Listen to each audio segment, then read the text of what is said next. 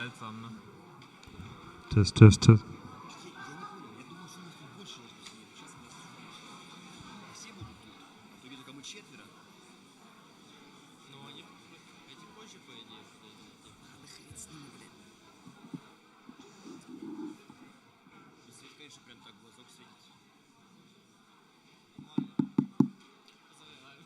Dürfte ich alle bitten, langsam die Plätze einzunehmen, bitte?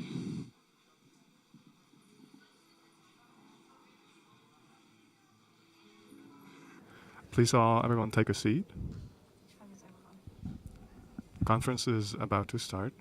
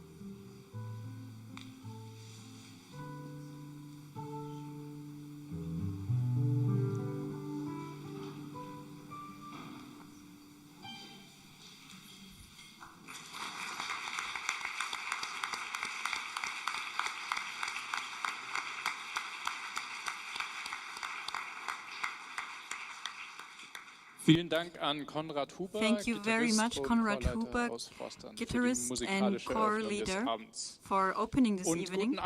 And good evening and welcome everybody to the 24th International Munich Peace Conference. My name is Julian Mühlfehner and I'm active part in the State Association of the German Peace Society, DFG4K, and I'm part of the support group of the Peace Conference. Maria Feckel, who is mainly responsible for the organization of this conference has asked me to say a few words. I don't know if I can maybe help her really, or if she only wants to help me, but yeah, thank you very much, Maria Feckel, for the hard work that you and the team behind the support of the conference have put into this conference.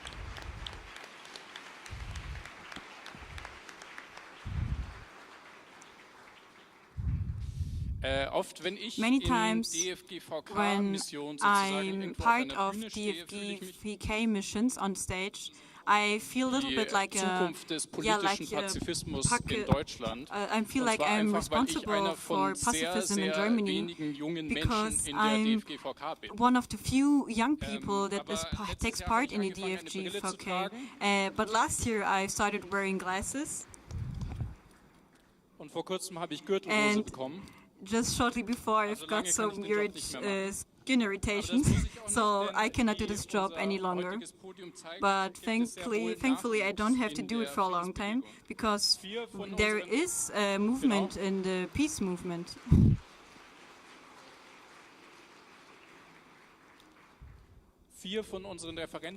Four of our speakers here today are under 30 years old.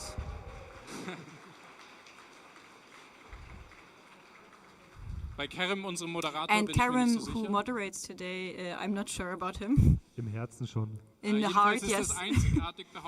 Well, at least it is something that is very unique in the history of the Peace Conference. I think it's not, very. Leo Sauer from the DFG from Munich says people need to be afraid before they start doing something against the war. I wouldn't go that far, but I am sure it helps if people are concerned from the war. And unfortunately, the military service makes us do this. And being drafted for military service, unfortunately, can mean death or can mean being physically hurt. And being drawn into the military service in Israel and in Russia can mean imprisonment or death. And in Russia, where these things are again happening, it is not unsafe to say so, where just last year, where 3 people have died in Germany in Sachsen. And being forced to go into war shows us how people are actually concerned from it. Mostly young people are concerned from it. And our government puts its own interests over the physical and mental interests of young people. Conscientious objection to war is individual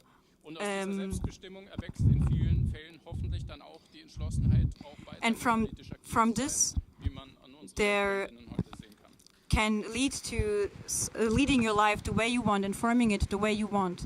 And this shows us here today. But also, conscientious objection can also have, can lead to horrible things.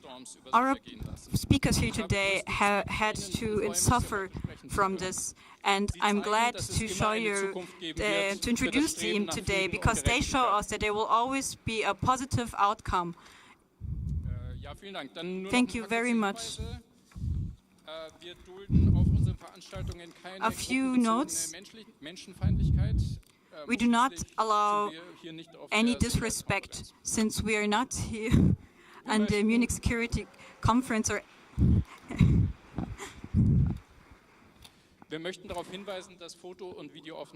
we want to make sure that if you don't want to be included in any material, picture material or video material, you can just tell us. And we need to, after we boycott the church and the state, which in my opinion shows our quality, we rely on your donations. We ask you for your donations, either via cash or via transfer.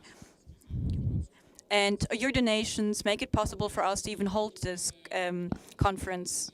Now I would like to lead to our to Dr. Kerem Schaumberger. He's communication scientist and speaker at Medico International. Thank you very much.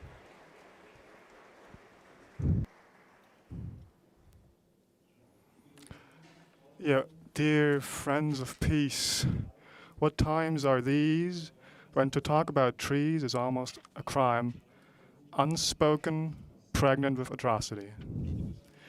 You might know this quote from Bertolt Brecht, 1939, in his exile in Paris, to those who come after.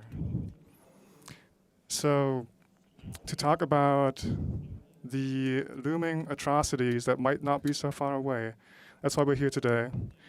At a time where war is now a status quo again under global capitalism, it's a continuation of politics by other means to achieve their own interests. In evening talk shows, you see war explained and justified. Armament is simply expected. It's about getting ready for war. Military ways of thinking have become entrenched so deeply in language, media, and politics in this country I couldn't have imagined. Militarism is seen as an answer in a multipolar world in which Europe, Germany, might only be part of many other. For some, that is a threat to their economic and political power. Instead of a dignified, managed decline, as the political scientist Daniel Malvecki has said, we can see a retreat into the anarchical building in which we are the good ones who supposedly uphold the rules-based international order. But many don't simply believe it when it comes to the genocide in Palestine or how we support the Islamist regime in Damascus, which is headed by a former Al-Qaeda, ISIS leader. That has become a truism. In the Global South, this talk of a rules-based order, which has always served the interests of the Global North, they laugh about this. So now, at every corner, we see ourselves threatened, and we have to arm ourselves. But who is this we? Who is this us? Are there no differences? None of the 7 children of Ursula von der Leyen is with the German military. Will the 3 children of Susanne von Klatten serve in the military? Those are the questions of a reading anti-militarist who have objects to this massive armament has to justify themselves. But to talk about conscientious objection today, that's not a historic retrospective. It's a topical political intervention. So in this sense, I want to say hello to all of you to the Munich Peace Conference, where we look at conscientious objection to war as a part of resistance against state and military. When it comes to military service, it becomes obvious that society might or might not support governments and militaries or withdraws their approval. Conscientious objection is much more than just an individual question of conscience. It's a political act of violence, militarization, which questions militarization and preparations for war fundamentally. And it also puts into questions the idea of the profit motive of our economic system. People at the front have to use these weapons, make use of them, so new ones can be sold. But of course, people are also devalued in this process. That's factored in. Otherwise, it won't work. On the Ukrainian-Russian front, more than 1,000 people are supposed to die every day, more than 1,000. And so that makes clear why we need conscientious objection. I looked through my own objection statement from 2005.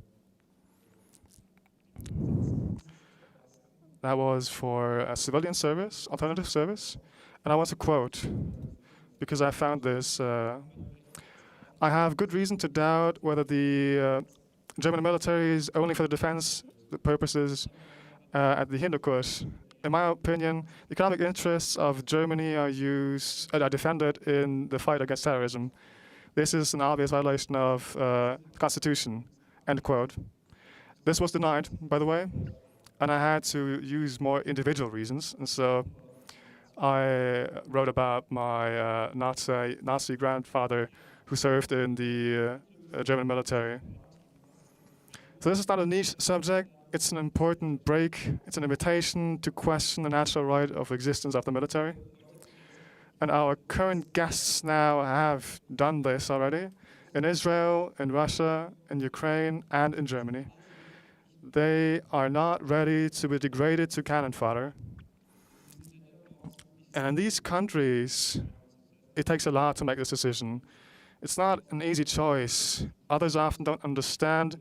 It comes with legal, social, and professional consequences. And that's why I'm intrigued to see what they will tell us today. You might have seen on the flyer how things go. I will end at 10 in the evening. First part, we'll hear our guests will talk about their personal experience, their personal reasons for conscious objection. And there will be a little bit of a different input, something called a peace tax, and then we'll have a break. Afterwards, we will learn something about connection, the association, and what we in the audience can do to support our family members, our young ones, when it comes to conscientious objection. So I have the honor now to introduce the 4 people next to me. So in the middle, you can see Sophia Orr. She's 24 years old, and she is part of Mezavod, an Israeli network for conscientious objection. She's a conscientious objector herself, and was in a military prison for 185 days.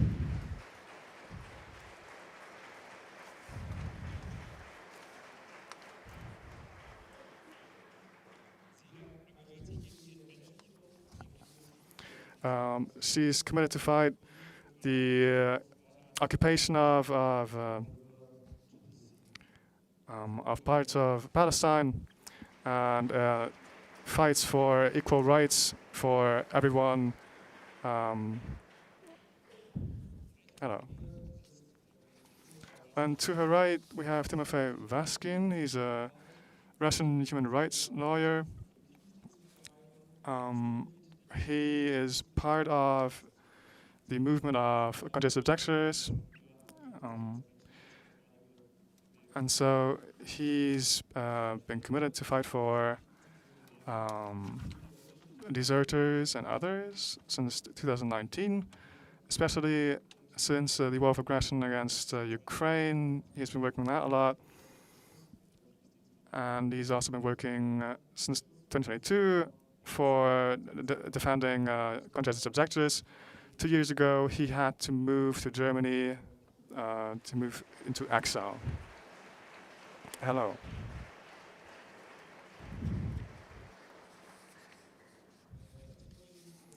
To his right, we have Jan Kormelitsin.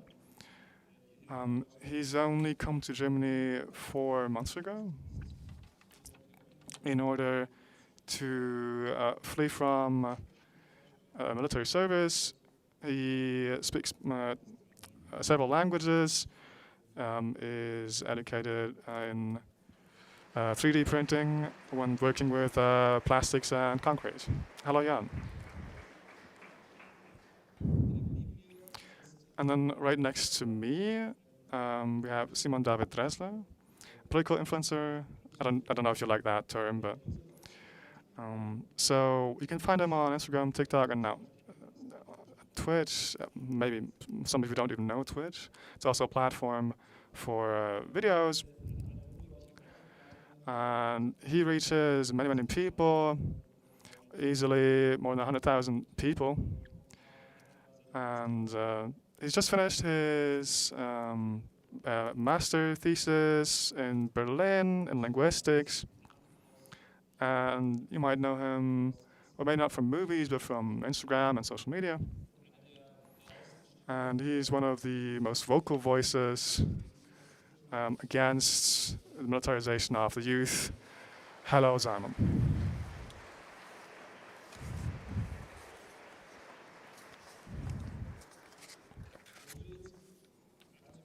So I would like to ask Sophia to talk about her personal perspective, her experience, why she made her decision for the start. Hello. Good evening. Hallo.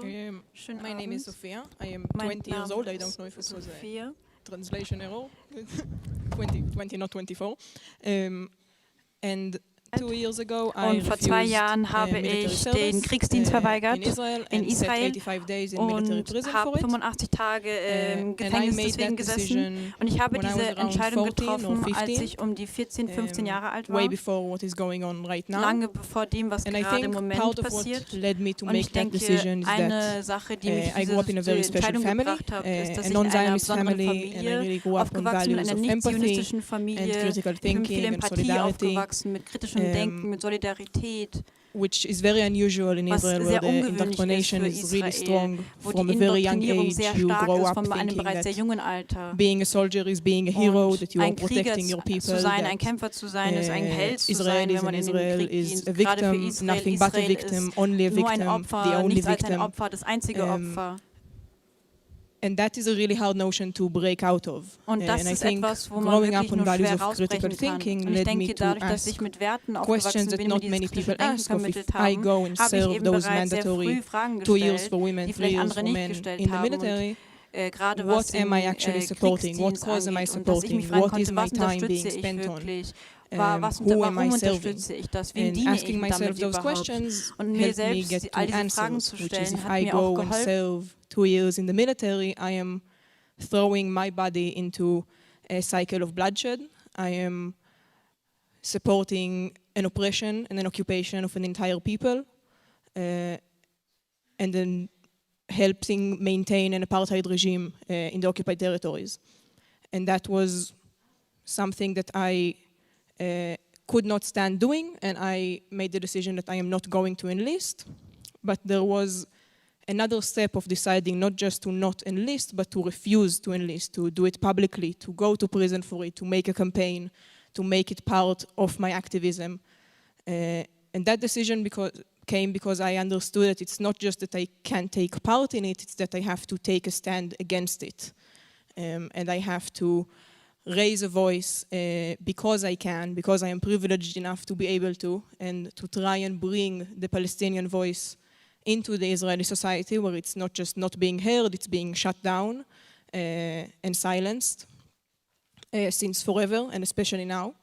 And bringing that story, and because of my privilege, I have the ability to dream about peace that people in Gaza or in the West Bank not necessarily have. And because I have that ability, I have to raise that voice and change the circumstances, try as much as I can to change the circumstances on the ground and to reach Israeli society and other young people to show them that this is an option, that refusing is an option, and that resisting is an option, and that we don't have to stay in line of what we've been told our whole life. And so I made that decision and sat in prison for it to try and make a better future from everyone living from the river to the sea. Thank you.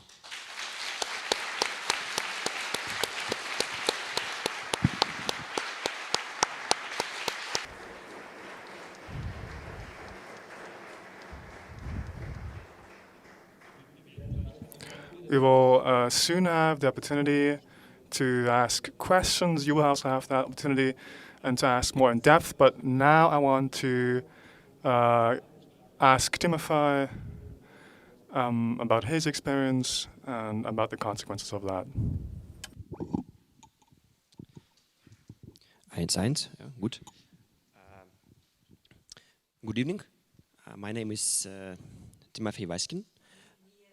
Okay, good. I'm a human rights lawyer from Russia. Currently, I'm living in Germany. I left Russia after the war began due to political persecution. For several years, I have been working to defend the rights of conscientious objectors in Russia and people who oppose the war. Now I want to explain you a little bit what's happening in Russia now. As you know, 5 years of war have already passed in Europe. In 2022, Russia attacked Ukraine without declaring war and without any real threat. This invasion became possible because democracy in Russia had been destroyed. And the main goal of Russia's president is to bring Ukraine under his control. By the end, in Russia will have experienced combats and suffered severe physiological trauma. And for example, a few days ago in my hometown, a military court sentenced a deserter who raped small children after escaping. This is the new reality to Russians. War poisons society and brings out the worst in it. Today is important for my fellow citizens to protect themselves by avoiding participation in aggressive war.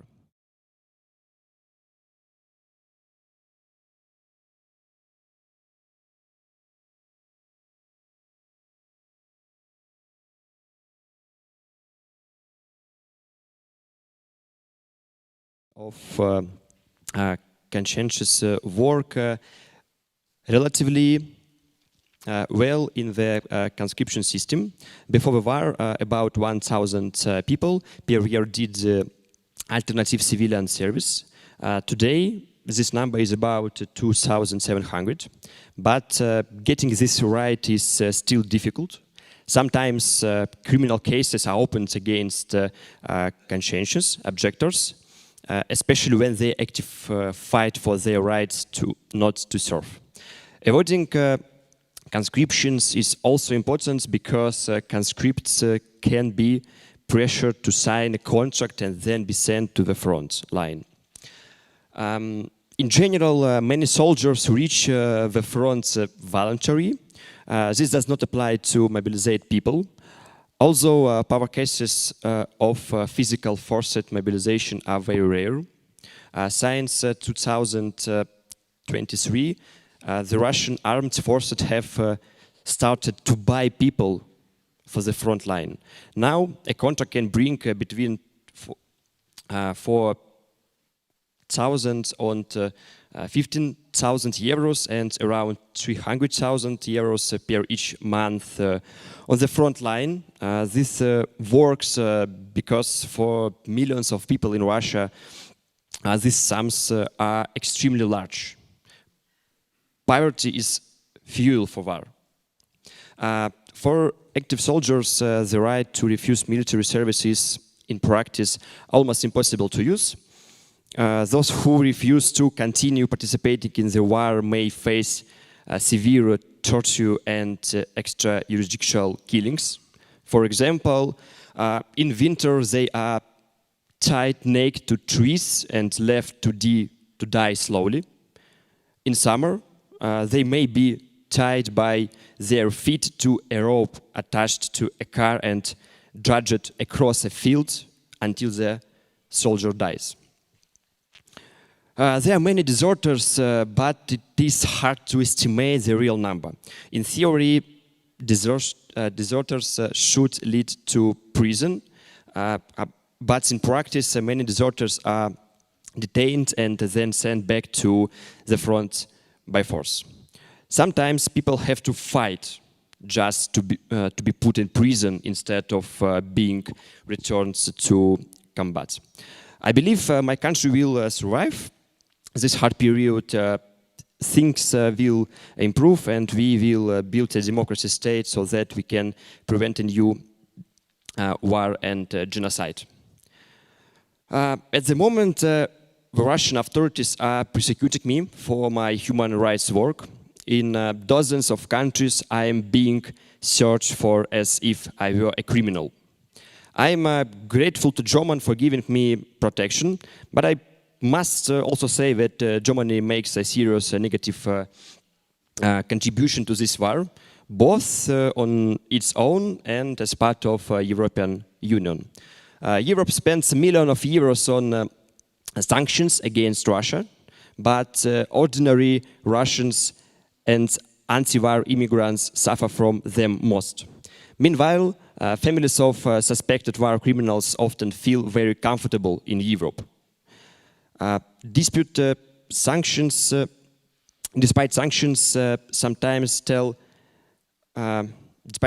Russia receives more money from the European Union than Ukraine does.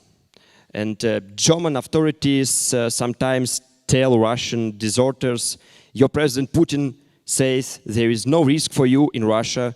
We believe Putin, so you will not get protection here. You can go to Russia and still participate in war in Ukraine. I cannot change the policies of Europe and Germany, but you can. Regional security depends on the actions of all European countries. I think that the world is close to a bigger war. Trump, Putin, far-right movements are growing in Europe.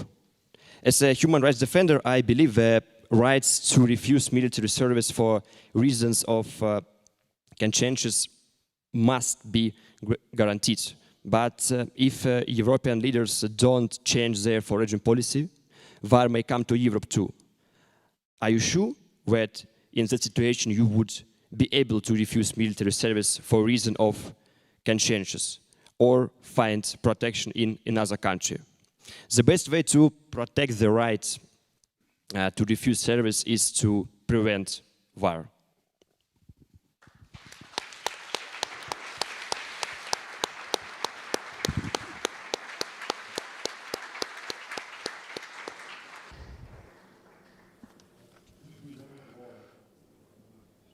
To prevent war, why not, of course.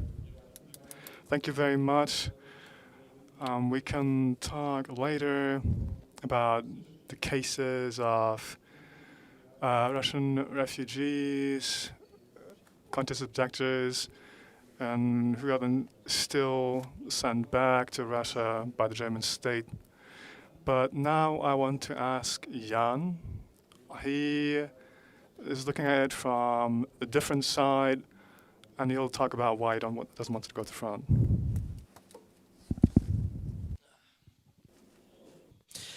My name is Jan. I'm from Ukraine, and good evening for München conference.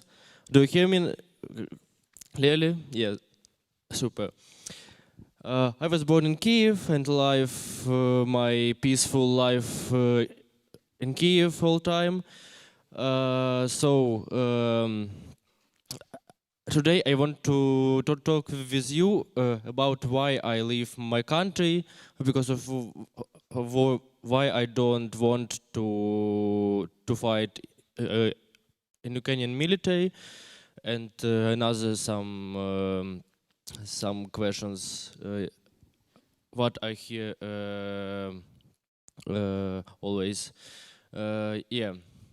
At first, when the war started, it was very clearly that the Russia starting to fight, and we Ukrainians need to make it together. We help each other. We talking with many new people about how we can help my neighbor or my old friend. Is he ok or not? Yeah, but the 2 years ago, and in first year of war, Ukrainian people can see that the diplomacy starting to work, the Ukrainian government starting to making some main decisions, and of course it's the new law about the men from 18 to 75 cannot leave the country because of war. Yeah, but in the 2022 it had like a timeable law for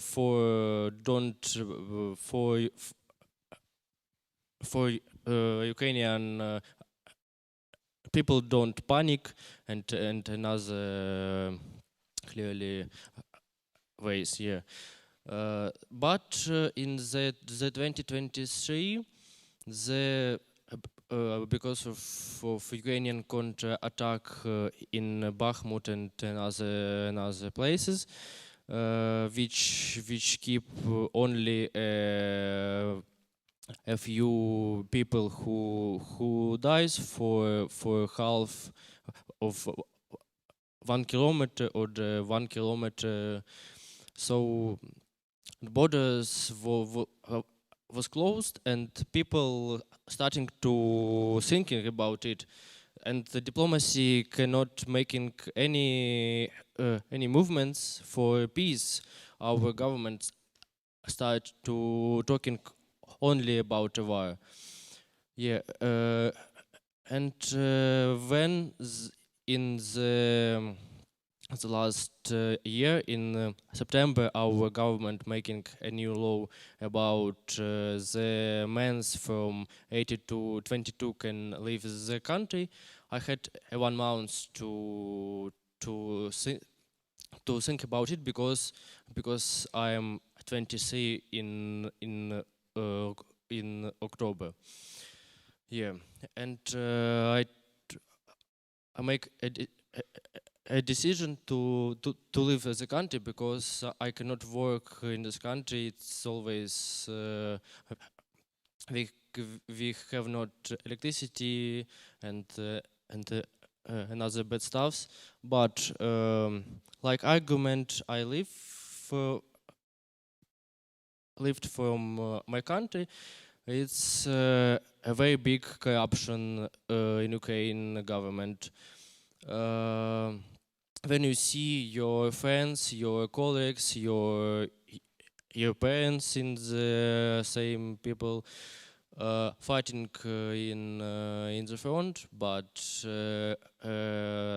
some people in Ukrainian governments getting money from your taxes to build a new house in Italy or the Spain.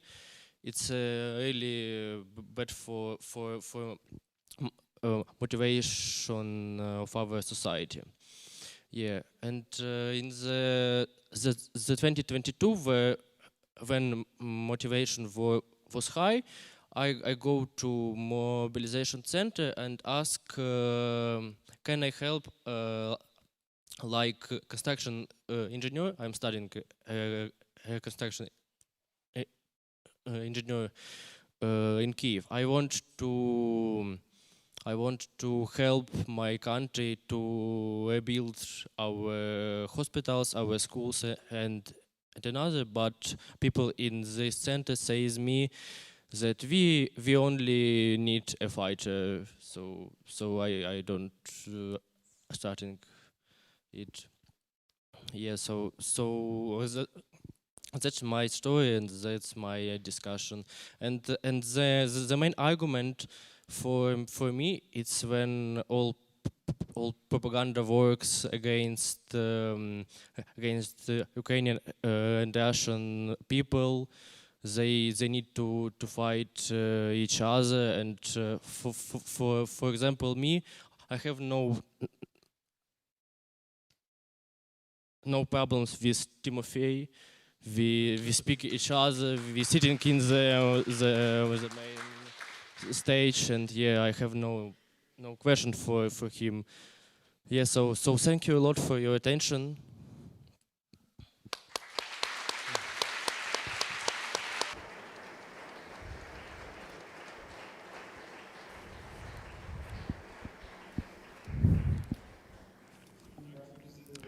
Thank you very much for these really honest and sincere words. Jan, I would have a question for you.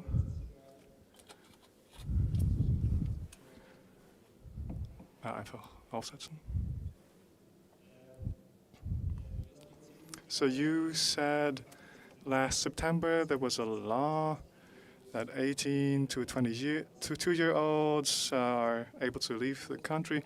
So in October you turned 23. Within weeks you had to decide to leave your country. Were you the only one among your generation, among your friend group at university? Were there more that made this decision? I think the question was about how many people leave the country. Yeah. There are a lot of people leave Ukraine with this new law. It's about in my university group there are half of men who leave the country with me. So yeah, and the 2 weeks after this law, the all supermarket, hotels, other job places for students and another young men starting to searching a new people to work because of all our aged people left the Ukraine. So yes, that talk much about motivation of people.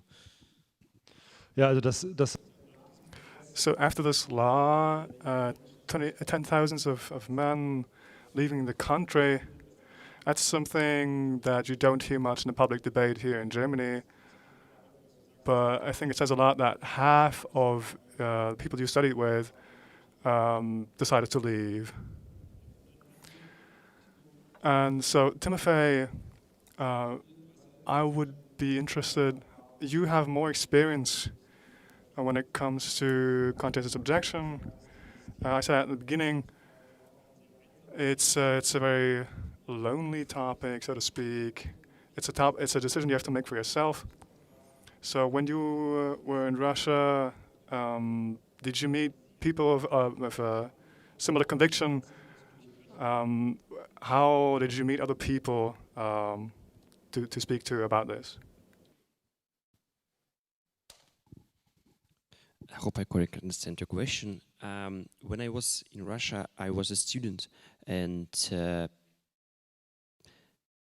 in general, Russian young guys don't want to be part of Russian army. It doesn't matter war or not war. A lot of Russian young men choose universities, but not army. And it's easy to speak with them that army is a bad way for their life. But from another side, we have a lot of people who have a lot of problem with money, who have a lot of problem with opportunity in their life, and they have only two way, army or drink vodka. It's in general, but a lot of people ready to go to army because of money, because of living perspective. But my question was, how do you get in contact with those people who refuse to? No, back then when you were active working there in the movement, like how was it able to connect with the people, or how to see that okay, he or she, or more probably he, does not want to go to military, so to overcome this solitude.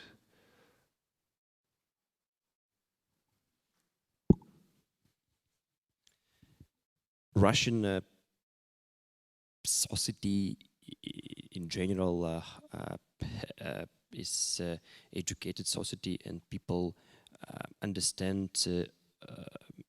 The biggest part of people understand what's happened, and it's not hard to speak with them how they can fight with the army, how they can choose another way for their life. And our main way to anti-war propaganda, it is social media. It was hard, and it's hard now to make anti-war propaganda in TV or in university, etc. But anyway, we still have access to internet, and we can speak with them, and we like civil society, anti-war part of society. We prepare a lot of video against war, prepare a lot of video what's happening in army and in front line, and yeah, for a lot of people it's there are another arguments why they don't be part of army. Okay. So I wanted to speak to Sophia, but before that, maybe a topic from the audience, many in the audience might ask about. So this traumatization. If I got you right, you, Timothy, you know someone who came back from war having raped a child, or raping a child. So all these tens of thousands of men and women being traumatized from the front, who have this war trauma. That's not something that just the societies in Israel and Palestine and Ukraine or in Russia will have to face and will have to think about. Sophia, maybe a last question for you before I'll come to Simon. Israeli society is a militaristic society through and through. Going to the military, it's a condition for getting particular jobs, for having a place in the social hierarchy. You said you had the luck of not growing up in a Zionist household, but an anti-Zionist household. What was with your surroundings? How did they take it that you said, I don't want to be part of this occupation? How did your friends and others react to that? Were there consequences? You had anti-Zionist parents, but many might have Zionist parents. How did their kids react when you said, I won't go, I refuse? Definitely a very militaristic society. We, in my family especially, we like to refer to it as an army with a country more than a country with an army. Most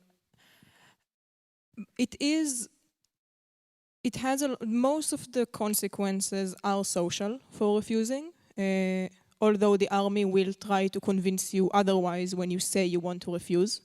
They will try to convince you that you will not be able to get any jobs, that your life will be ruined, but that is not true. That's not the case.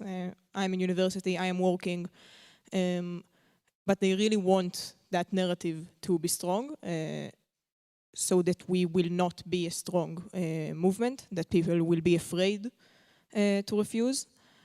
But most of the consequences are social, and there are social consequences. Personally, I've lost friends over it, especially because before this genocide, it was easier for people because they just thought, oh, she's a leftist weirdo and I'm not thinking about it anymore. But with this current genocide, it's much more present, and the entire society took an even further step to the right wing and is diving even more deeply into Jewish supremacy and fascism, which made it for me scarier to refuse. When I refused very shortly after everything started. I had criticisms from my extended family, but I still am very, very lucky. Some people have a much harder time because they don't have that kind of support from their parents. I think that really helped me. And that is part of why I do the work that I do with the Mesorvot network, which is a network that supports conscientious objectors, both legally and in spreading their message on social media and traditional media, but also just provides a backing, emotional and social backing for people that don't get that from the society. So maybe it kind of connects to the question you asked Timothy of how do you find people? So because it is very isolating and it can be very hard when the society is so militaristic, and that is why we see it such an important thing to try and throw our voice out there and hope that people will hear it and come to us, because it can be very scary to do it on your own. And are the people coming to you? I mean, Mesorvot is a quite famous network outside of Israel, so many people are talking about it. I think also because they have hope that at least there is a form of resistance coming from the Israeli society. But is your movement also growing inside Israel? Short answer is yes, but it is more complicated than that.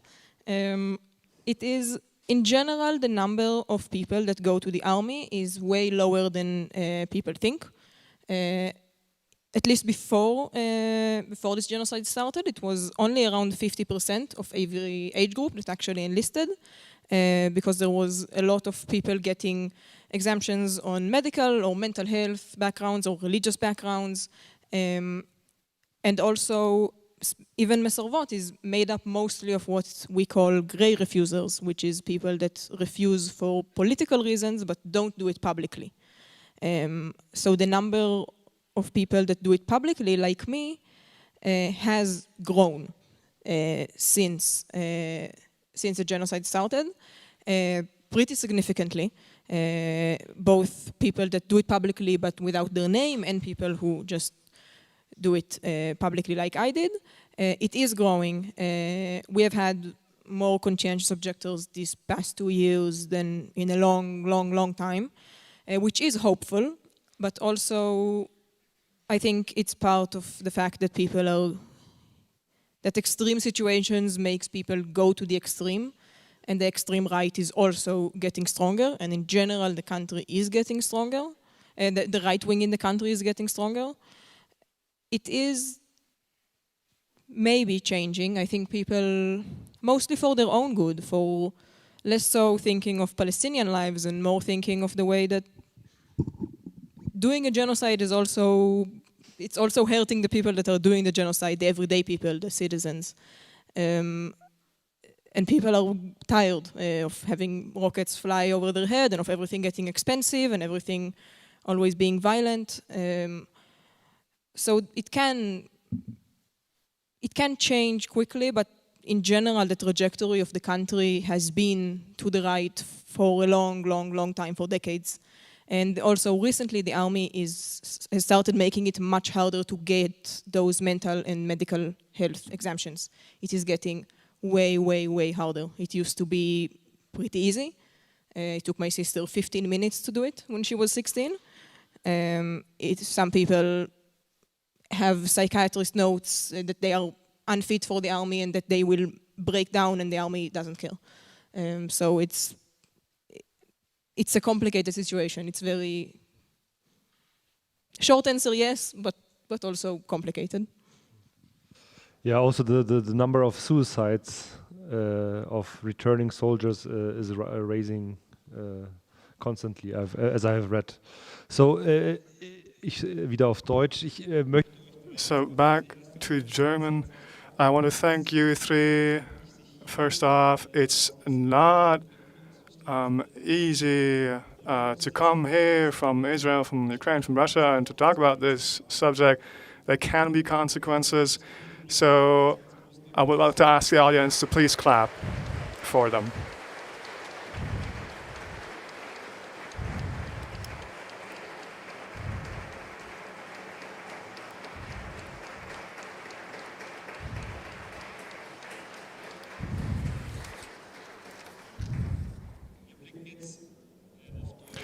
So now we're looking at Germany, at a society which is militarizing at a speed, without much refusal of that, at least in public discourse. I mean, maybe private people have different opinions, but it's really alarming just how quickly this goes.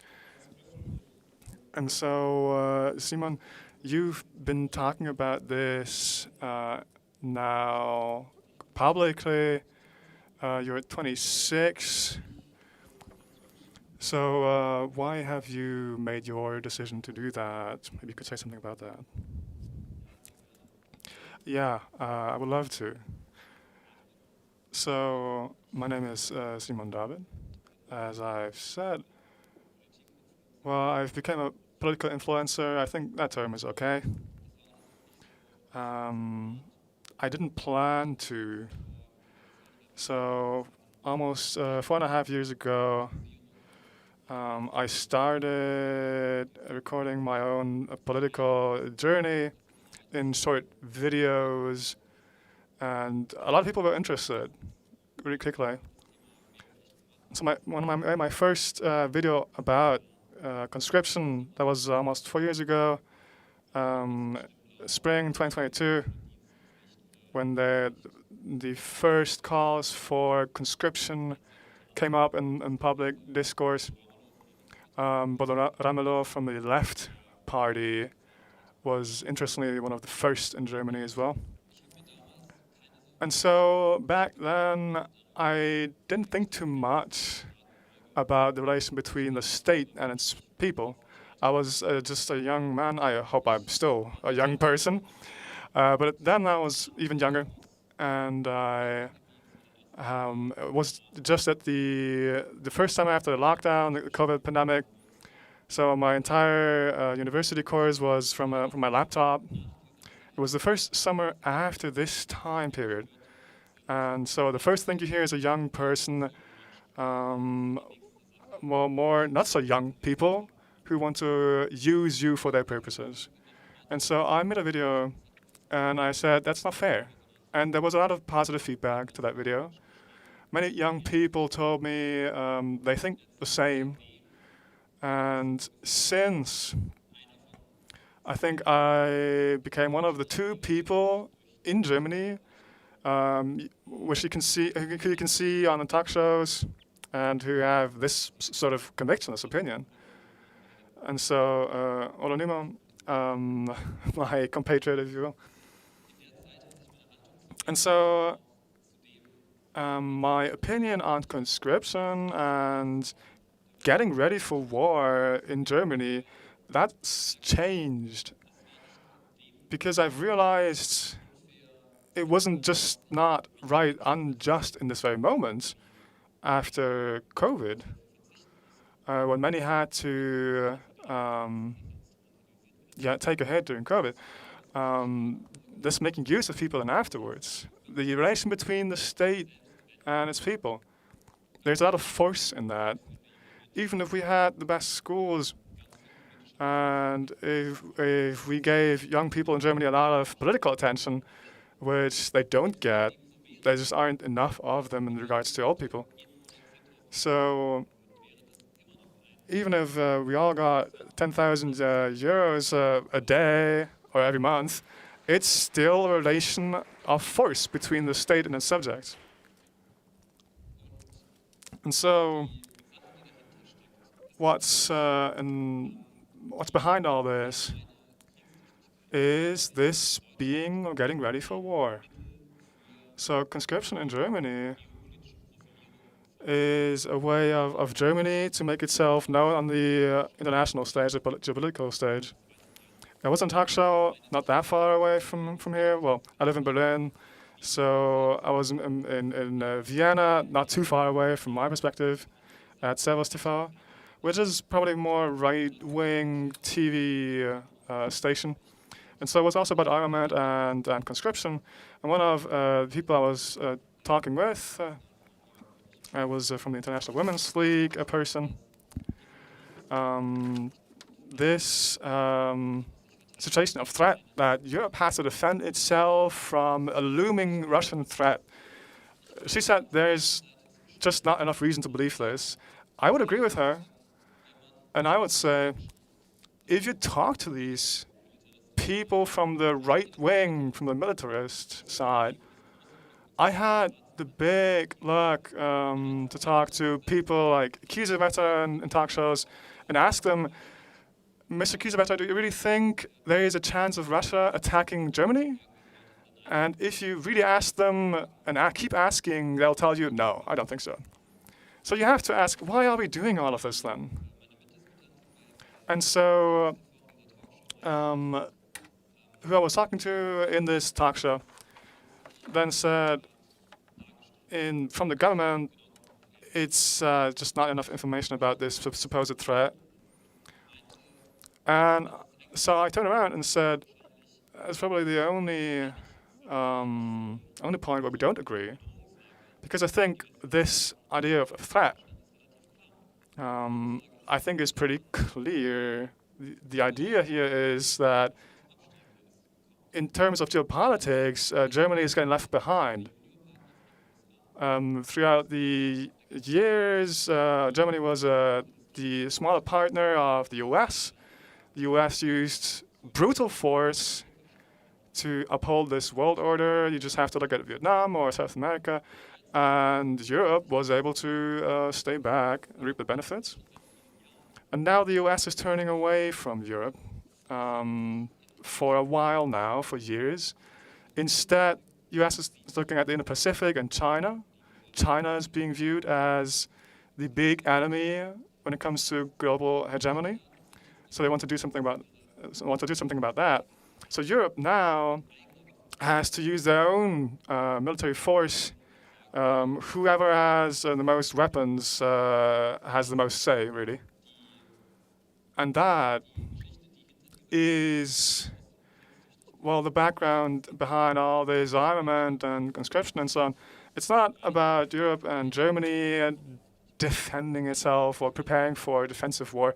Everyone defends themselves always, of course. No, it's about European states wanting to achieve their personal economic interests. And part of that is conscription. And that's why the German state and also other European states will use their human capital or whichever they need.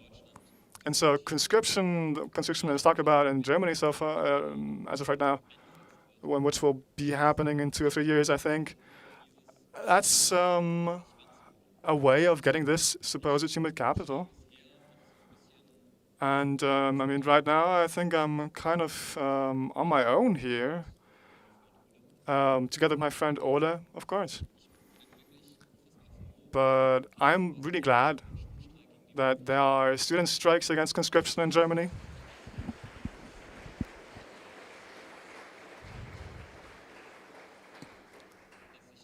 And that young people who otherwise wouldn't be as interested in politics turn against militarism and say, we are against conscription because this is not fair, and we want to have a say in politics in our democracy.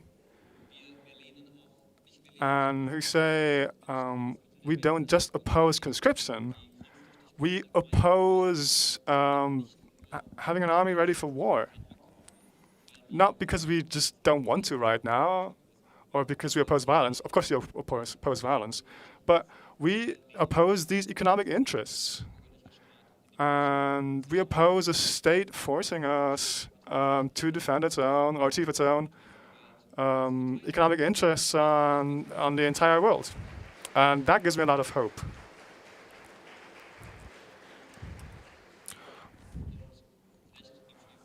And maybe a couple of sentences at the end.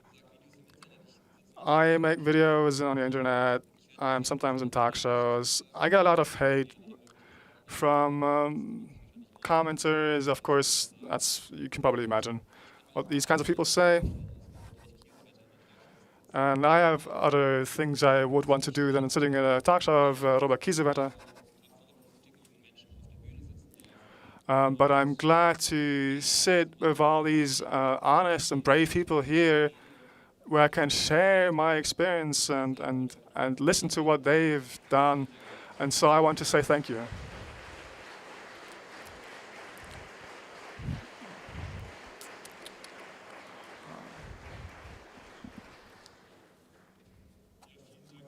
Thank you very much. Before we ask the audience, do you have questions for each other? I mean, you've just got to know each other like half an hour ago, and before that, an online meeting. But are there things that you want to ask one another?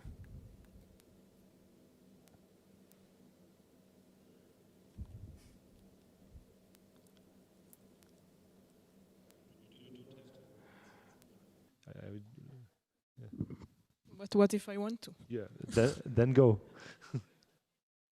I wanted to ask in general, as you can see that I am the only woman here. Thank you. I do it every day. That what is the part of?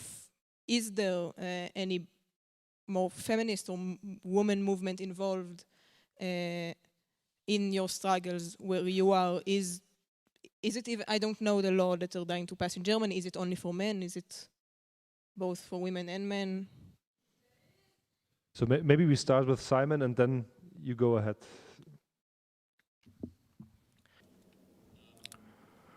Well, I'll speak in German.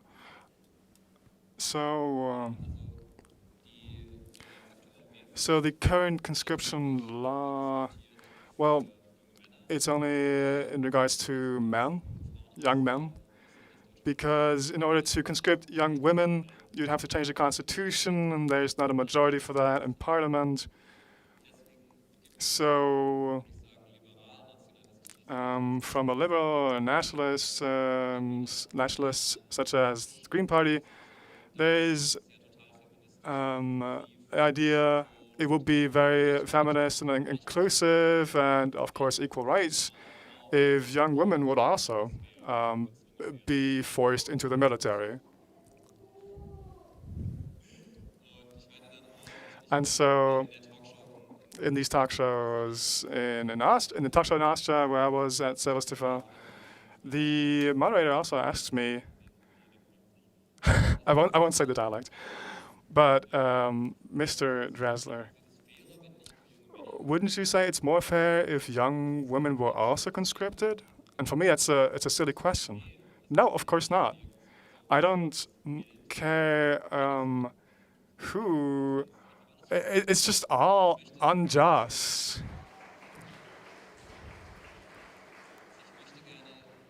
I would like that nobody is forced into the army. And I think that's probably a bold idea. The state wants to take the human capital it needs. So if the state says not enough young men are willing to go to the army, so maybe it would be an idea to have more people, maybe ask young women as well. I mean, piloting drones, everyone can do that. So it's odd, it's weird. This supposedly feminist question being discussed, because my version of feminism is not that women also kill other people. That's not my version of feminism.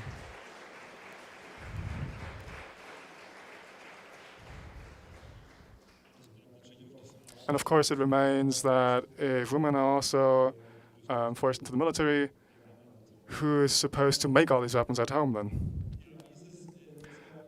So the role of women in conscientious objection and the movement of conscientious objection, what role do women play when men say they don't want to go to war, or Timothy or Jan, if you want to. I think we had equal approach for all rights, And if you talk about Russia, I would to say that women's is the most important power in anti-military movement. Maybe somebody heard about soldiers' mothers. It is some of human rights organization in Russia. This organization was opened 30 years ago when first and second Chechenese war is started, and the soldiers' mothers still protect rights to objectors. And of course, Putin's regime fight with mothers every day, and but anyway, mothers still fight with him. And as I said before, soldiers' mothers is the main power in anti-military movement, anti-military protest, and I respect them.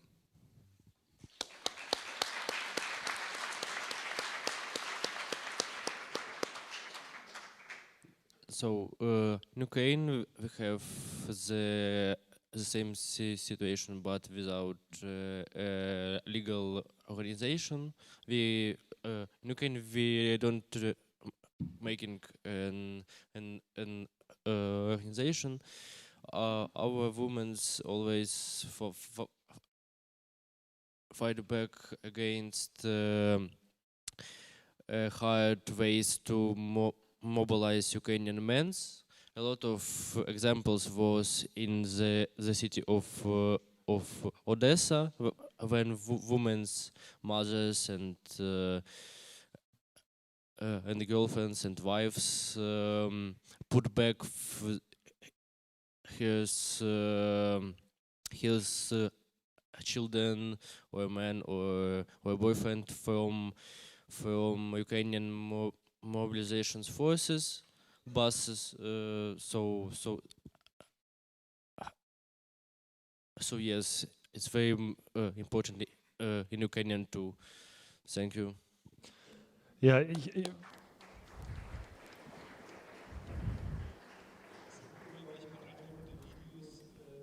So these are really impressive videos.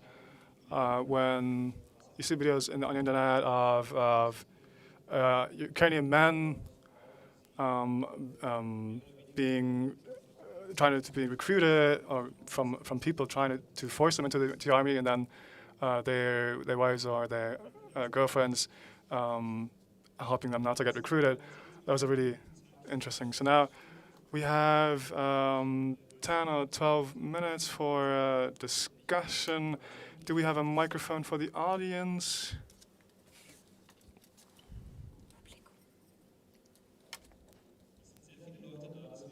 There are many people.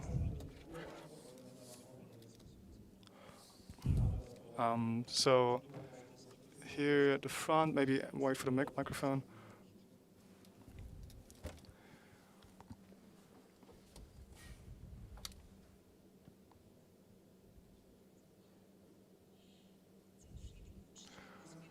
So, hello, I'm from Berlin.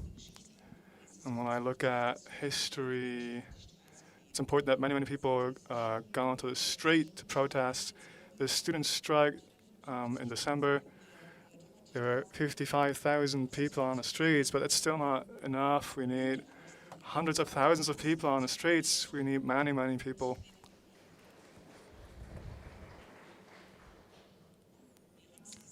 And we saw it in Austria. It's a neutral country, but they had vaccination requirements talked about in Parliament. And so hundreds of thousands of people went onto the streets, and Parliament couldn't pass this law. So we are the big majority, and we have to make use of that. No, we cannot let others do this. We have to do it.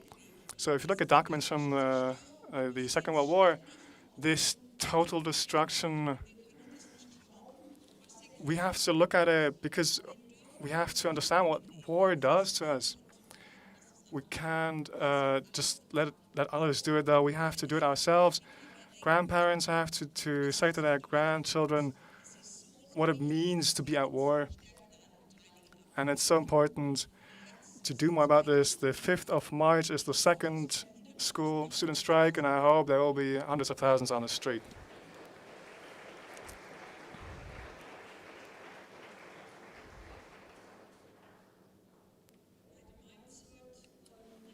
Heidi Meinzold from the International Women's League for Peace and Freedom. What concerns me is you, David, I think it was, talk about people as objects, as material. I believe it's a term that you simply should not use. We talk about human beings.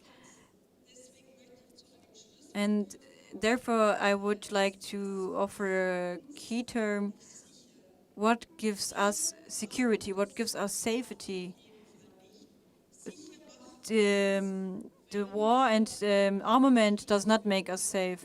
We are safe when we have a proper education, if we are able to care about our environment, if we have a social security that should earn its name and not wants us to go to recruit and for these career chance for women and tell us, oh, yes, join us, we offer you a career at the army. This kind of security, of safety, it's being destructed if all of our money is going into armament and into the military. And money, it's not only about anti-capitalism, which I also share, but it is about putting the money there where it's needed, where we can make freedom and peace, and not towards armament. Move the money towards from peace is our campaign, and I think that this also very strongly supports our campaign against conscription, against it. Thank you. I also wanted to point out that you have the possibility to ask these young people a few questions as well. I don't want to say that it's not valuable what you just said, but use this opportunity to ask questions. Afterwards, we still have time to make statements. Yes, Simon? It was... So this term of human material is not my term. It's an Arable term from the last century. It's, well, obviously didn't stay in the last century. But we should be frank, especially here where we are all part of the same anti-militarist conviction, I think. So I don't think we have to use euphemisms. When I say human material, that's just how the state sees its subjects. I think it's an accurate term.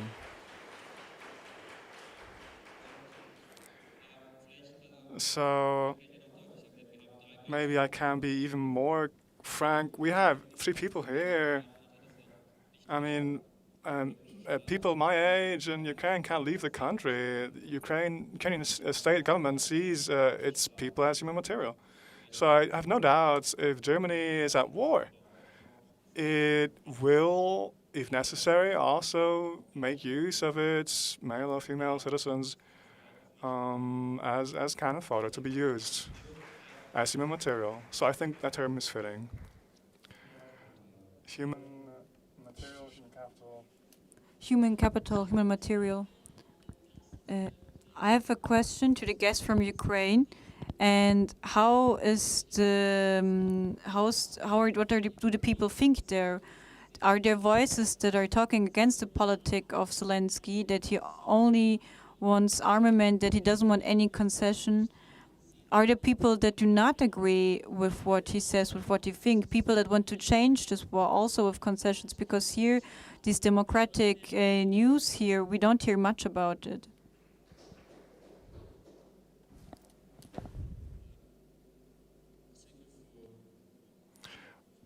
I think I clearly understand that the question was about how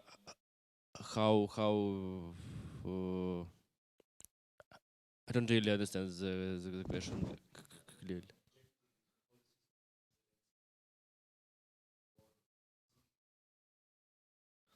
Yeah. I'm trying to make some little speech about it, but I think okay. Yeah. Unfortunately, Zelensky really see a lot of Ukrainian men like human resources or like these terms, but at the same time, the people who need people who Zelensky needs in his round are not in army and never go to army from government. Yeah, I think I clearly answered for your question. Also die Leute machen ihre Abstimmung mit den Füßen. Also I mean, so people act with their deeds. If half of the study course left the country when they could, maybe that's not political opposition, but it's their decision for their life to say, no, I don't want to take part in this. I think that's a good answer already. We have time for one last question. Of course, we will have more time for discussion later. Yes?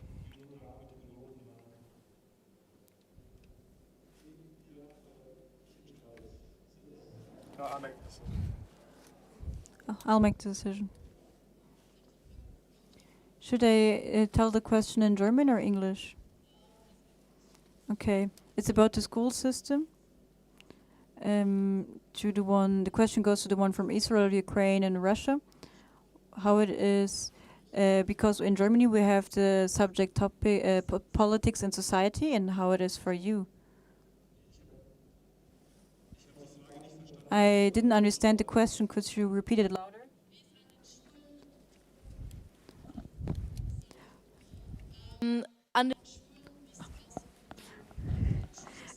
At schools, what does it look like with the school subjects? Do you have subjects in school like politics and society and what they teach you in school? Okay, and now we will also gather your question and then we can end this discussion. My question on the Russian lawyer, Vasinki. Actually, I would to understand, maybe as you know the Russian politics much better than me, which steps should Europe take in order to go far away from the war? Is it true if we don't have weapon or if we don't prepare ourselves for the war, this will make peace? So what do you think about that? And very quickly to the Sophie. Sophie, do you think the two-state solution will ever come true? Thank you very much. Jetzt beginnt die And now the general political discussion will start. I will let this up to our guests, our speakers here, to reply to these questions the way they would like to. Timothy.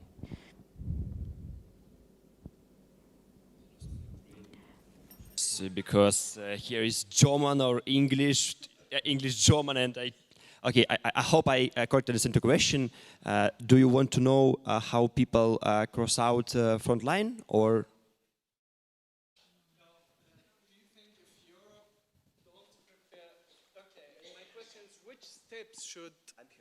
Which steps should Europe take in order to be far away from war with the Russian, and from the perspective of the Russian government? Is it true if we don't buy a weapon, then... Okay. I don't know, But I think that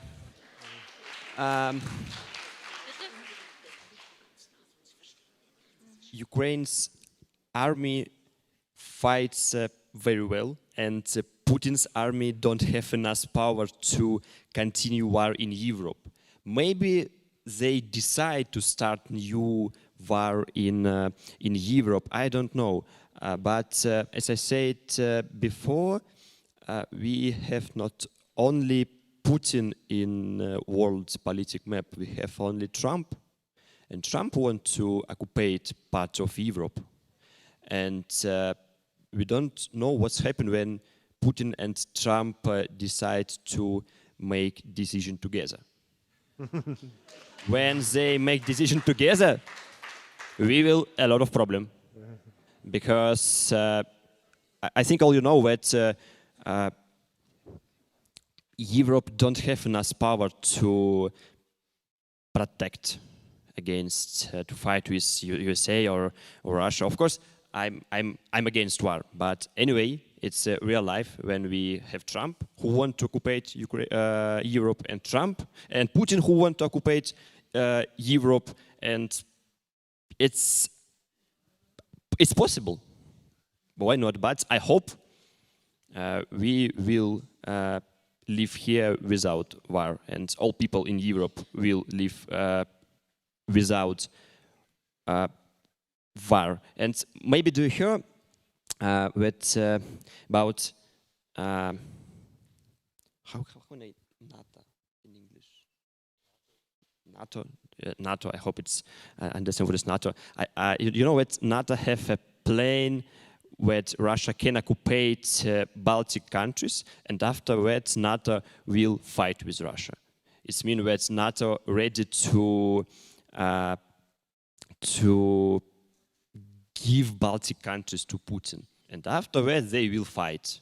It's their own plans, and they speak about it in public. All we know about their plans. It's it's what we have now in this field.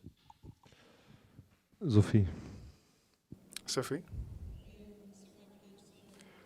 You asked about the education system, right? If we have a class, I don't know how to translate it. I think it's like citizenship class. It's very boring. It's very dry. It doesn't have a lot of substance, but there is a lot of propaganda in the education system. I don't remember that class very well, I will admit. It was very boring. But there is a lot of propaganda everywhere in the education system. In the history classes, of course, there's a lot of propaganda. Less now, surprisingly, than what was before, and also depends on what system, because there's a lot of different education systems, and I studied in a democratic school, and if you study in a religious school, it's different than if you study at a secular school, so it is different everywhere. But also the army is really present in the school system. Soldiers come to classes to like teach you and ask you what roles you want to do in the army, and in Remembrance Days, soldiers come and try to, and everyone, the education system and everyone tries to tell this story of how the greatest honor you can give to the dead is killing, which is something that we should stand against. So the education system it has a lot of propaganda in it everywhere. It's not exclusive, because it's so deep in the society, then it's not exclusive to the classes where you actually learn about politics. And considering it's a very political country, you don't even learn that much about politics. And for your question, first of all, I am not qualified to answer it. I am 20 years old. But I will try my best. I think that, first of all, it is the most likely solution. I think that we should strive for a one-state solution. I think that is always the direction that we should take. This is what the Palestinian people deserve, and this is what I think will be better for the long term for everyone. living there. I think it's the most fair and the most just. But I think that is a difficult solution to come to in the current political climate in the area. I think that a two-state solution, while more likely, is also very, very far away from us. And I think it's very difficult to say what is possible and impossible while everything is so tense and so violent. I think that that what we need to do is change, lower the violence levels that are on the ground in what's happening, bit by bit, step by step, and then we can see what is the next step that we can take. I think it's very hard from our position to say what kind of solution we can be able to achieve. I can tell you that it's unlikely, but it's not impossible, and achieving a solution using violence is impossible. So we should always continue to fight for that peaceful solution. And I believe, if you ask me personally, just as a human, then I believe that we will have a solution. I don't know if I will see it in my lifetime. I hope that at least my kids will be able to. At least not a perfect solution if there is one. But that doesn't mean I think that as an activist you have to always hold a bit of hope that you are making any kind of change. Otherwise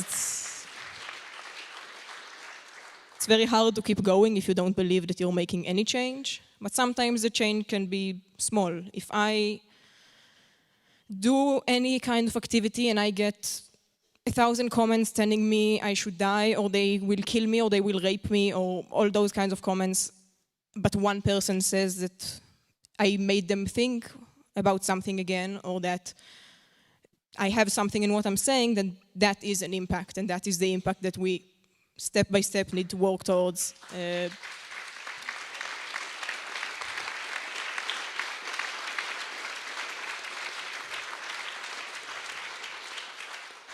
But I would have done it even if I didn't think there was any hope at all. It's the right thing to do no matter what, for my conscience and for everyone living in this world. Thank you.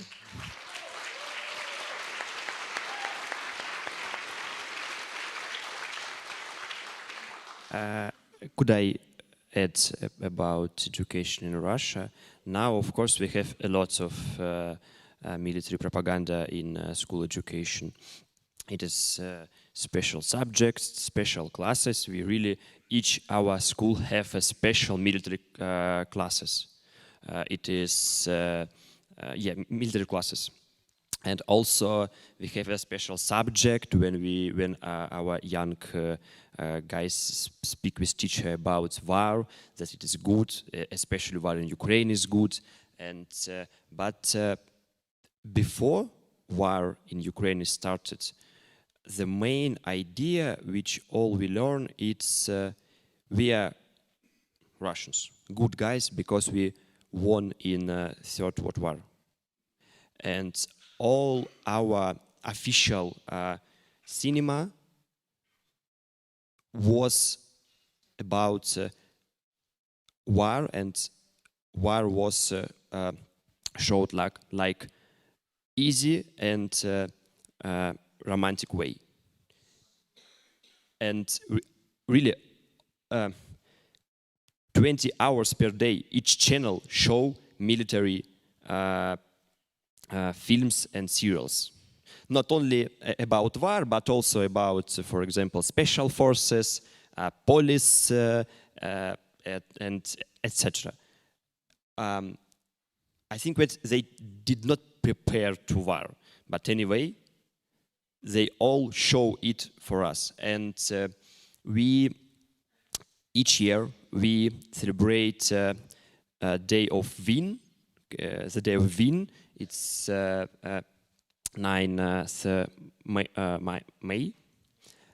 We celebrate it. We have a kind of demonstration, and each children should participate in this demonstration. And of course, the main idea of this demonstration it's show to other country that we have very good guns, tanks, and etc. And of course, it is a big problem. And of course, as Sophia said, for young people, it's not interesting. For a lot of them, interesting is watching YouTube, watching TikTok, etc. And of course, YouTube and TikTok don't have any military content. Have, but not a lot. But of course, for some of young guys, it's very important. It's very interesting when they heard about war, that war is romantic. And I see like young men now go to war because it's interesting for them, it's romantic for them. Yeah, and I think that propaganda is influenced to them. And also, what I forgot to add, we have not only special military classes and subjects. All men, when there is a teenager, should participate in special military week when they go to wild fields with guns and try to fire. All Russian men spend 1 week when they learn in school. Yeah. Also, okay, last sentence. Yeah, no, I would just like to add that we also have that. Where people, both men and women, for 5 days go to a military camp when they're, I think, around 15. Not all schools do it. It's less mandatory now, but it's still very prevalent in the society. Ja, die Militarisierung des okay, Jan auch. Jan also wants to say something. Okay. Yeah. 1 or 2 sentences. School, I don't have propaganda in my university. I don't have propaganda too, but in another schools and uni it is. And yeah, it's my answer for this question. Ja, ich glaube, die Frage der Militarisierung des Schulsystems. So this matter of militarization at school, it's really central matter. The in Germany, using young officers in schools. I still remember being at the SDA and trying to keep officers away from school, military officers, many years ago. That's what. So now it's really difficult nowadays to do this, but it's still important that we do this in the future, because militarizing the youth, that's what they're trying to do. We just don't have much the experience of forefathers of Nazi Germany. There's just not much about it anymore. So before the 9th of May and the parade in Russia, it's tragic that this has become a show of strength and of force in Russia, because the 9th of May is still a day where Russia and the Soviet Union celebrate the victory over Nazi Germany, where 26 million Soviet soldiers, Russians and Ukrainian men, fell for this victory. So it's a shame what has come of it. Before we have a break now, there is a little bit of input from Katarina Rotmaya-Czerny, who is the financial manager and executive secretary at Netzwerk Friedenssteuer. So it's about trying to prevent funding future wars. Will be 10 minutes, and then we'll have a well-earned break. Katarina, please. Do you hear me? Do I have to talk more loudly? So yeah, I'm really impressed. Just how mature the people are here, even though they're quite young still. it's impressive. And well, around the audience, most are rather my age. So now I want to talk about what we can do here. Because that's, I mean, here at least it's not as serious in Germany, thank God. But we can do something still, which is paying no money for the purposes of war.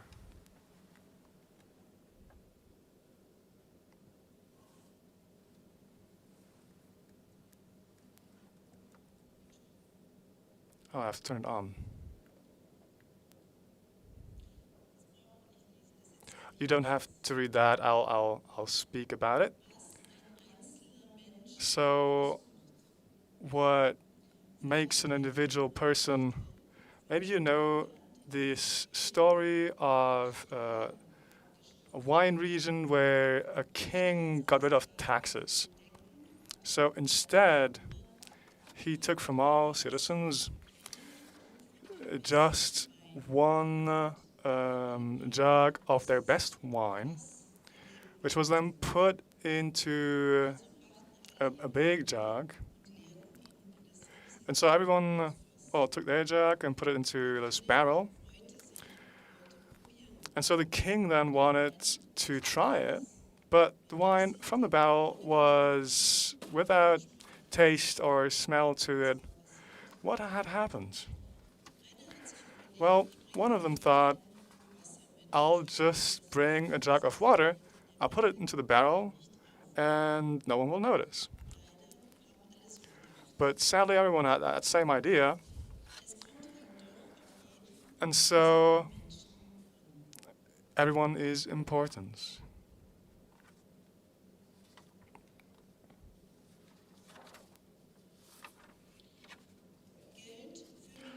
Money for military purposes.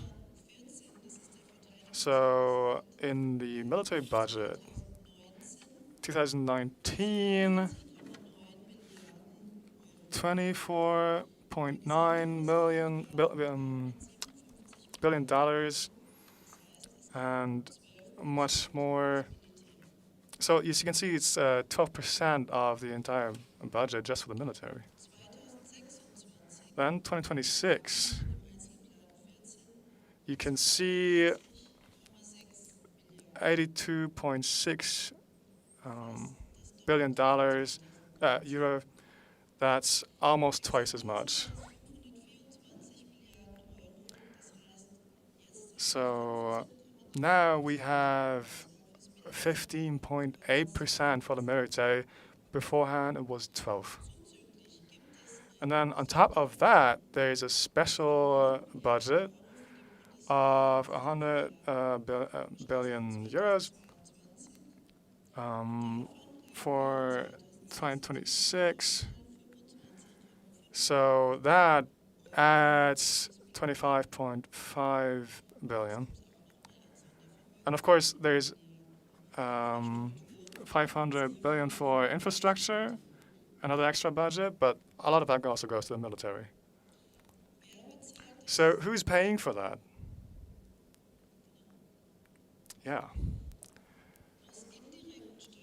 So from taxes in general, that makes up about 2/3, 60% of the military budget. So there are many kinds, such as income tax and other taxes. And then from payroll tax, that's 1/3. So we have about 83 billion military budget and about 83 million people in Germany. So every person pays about 1,000 euros just for the military, whereas it is 3.9 euros for civil conflict resolution. So when you think about a life expectancy of 80 years, it's a lifetime spending of 80,000 euros for the military. That's a statistical average. That's about every person, from when they're young to when they're old. 80,000 euros and 319 euros for civilian purposes. And then you have the extra budget of 25.5. So that adds 24,000 during your lifetime. So everyone pays more than 100,000 euros just for the military, whereas for civilian purposes, it's not even 400 euros. And for what do we pay this money? Our society has this idea that we have to arm ourselves to be safe. And so deterrence through violent means, being ready for war, a lot of money is spent on that. But what could we make with that money when you think about civilian conflict resolution? I will go a lot further. In the picture, you can see our conversation with Mr. Rannefeld and Mr. Ischinger in the Literaturhaus 2019, our conversation. That's a way of doing it, which is having a conversation. But this civilian conflict resolution is on the decline. When it comes to preventing other things like wars, but also the money for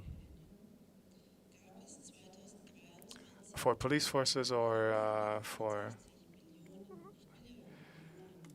similar purposes, we're only talking about 327 million euros in the year 2026. That's what we can see from public sources from 2004. Then, of course, you have non-governmental organizations. 65 million euros is what they get from the government for their purposes. That all pales in comparison to what we pay for the military. So what is security? People feel safe when they have a good relation with their neighbors.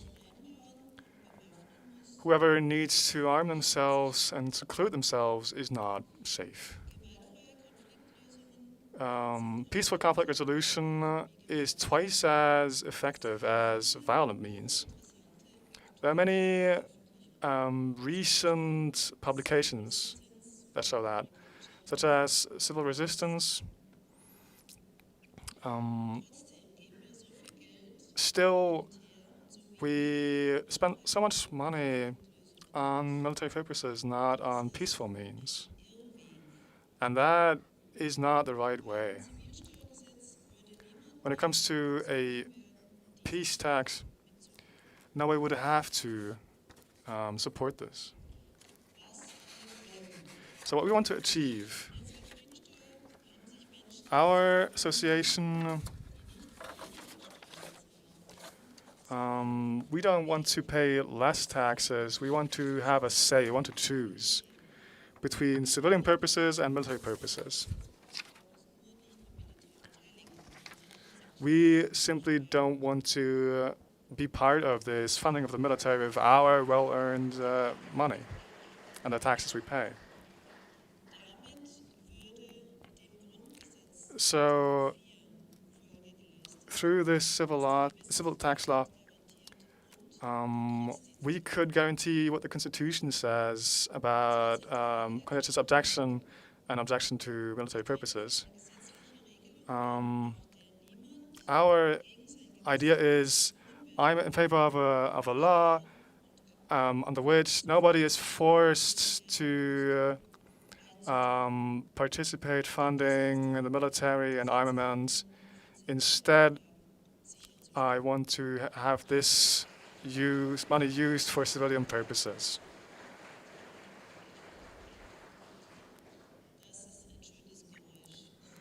I like hearing your applause. Thank you. We have lists where you can sign your name. I will appreciate that. So, a civil tax law. There are ideas from the 90s, ideas from the Green Party, and then from a single member of parliament. They did not find a majority in parliament.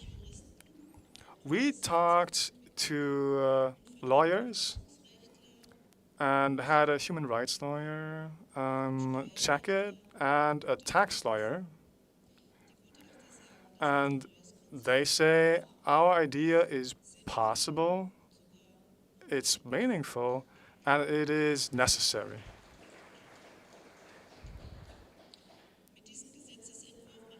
With this proposal, we do lobbying with members of parliament, we collect signatures, we have public protests, and yes, with our own taxes. And we also fight in court. We have about, I have many court cases, about 80 of them. And we don't relent, even though they're not successful, haven't been successful. We also have an initiative with the FK. Zeit. Yep. Would you consider the time, please? So different budgets for military and civilian life. Then military is only supposed to be from general taxes, and then you can choose. Only 2 more slides. So the civil tax law in Germany, we are an association which meets on a regional level, on a federal level, and we need your support. We don't have memberships in that sense, but we would need your support, your active support, for our law proposals. And we have associated organizations, such as in Italy. You have a so-called tax where you can choose between different organizations that you want to support with your taxes. Our general association, larger umbrella organization, has a representation with the UN, among others. But you can find more information on the internet, also videos. You can find more information outside this room here. Thank you very much for your attention.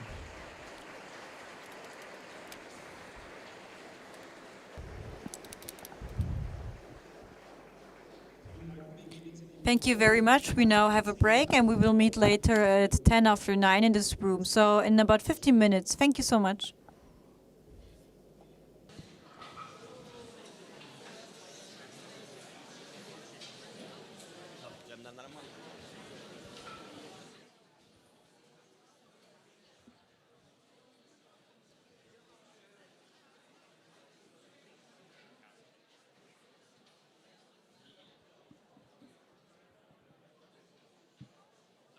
Down. It's not, you don't have to go up the stairs, it's out to the right.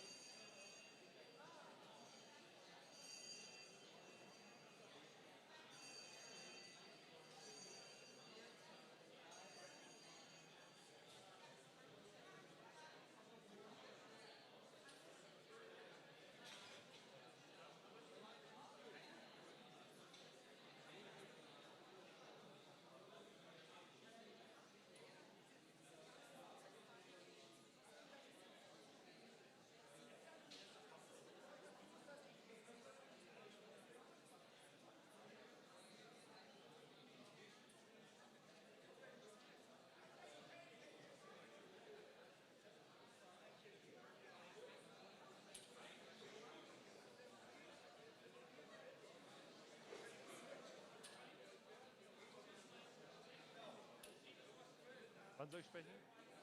1, 2, 1, 2. Also, nee. Man hört gar nichts. Also ihr könnt... If you could come to the stage, please. 1, 2, 1, 2. 1, 2. Test, test.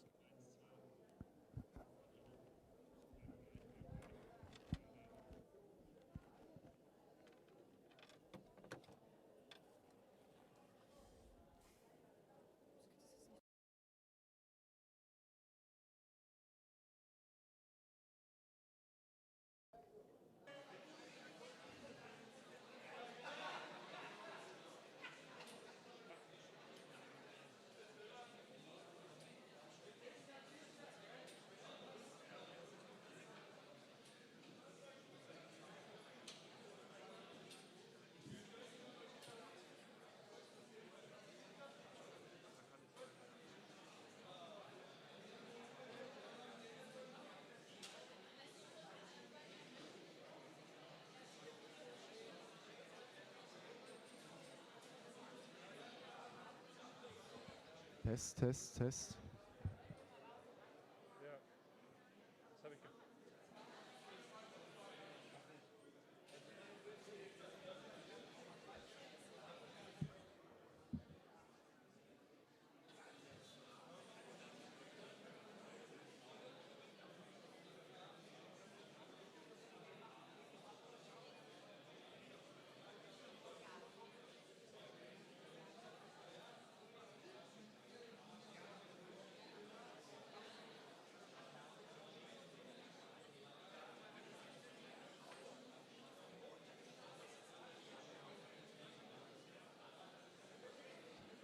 Test, Test.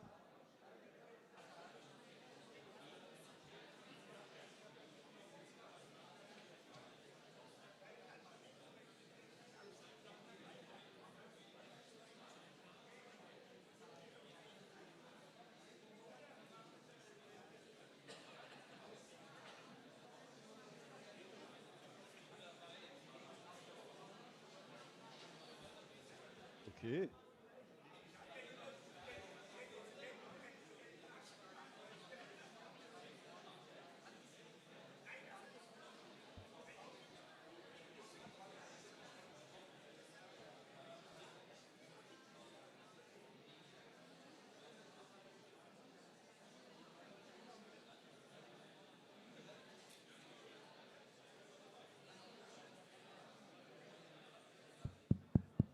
So. Wir würden gerne langsam weitermachen. Vielleicht könnt We would like to continue. If you could maybe say the people outside to come inside so we can continue.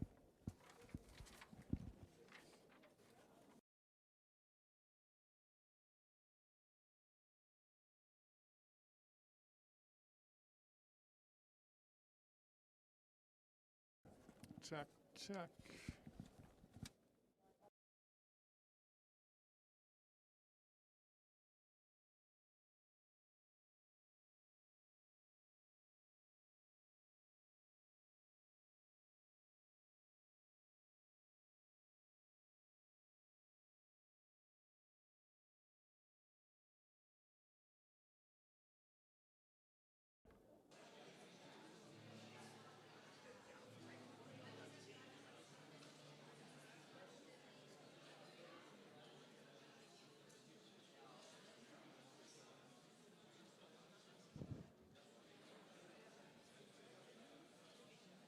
So. Okay, we're still waiting on Timothy.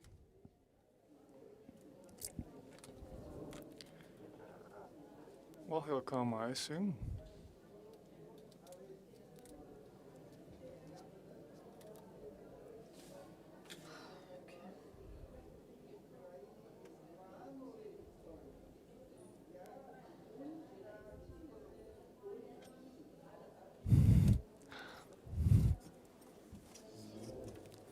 All right.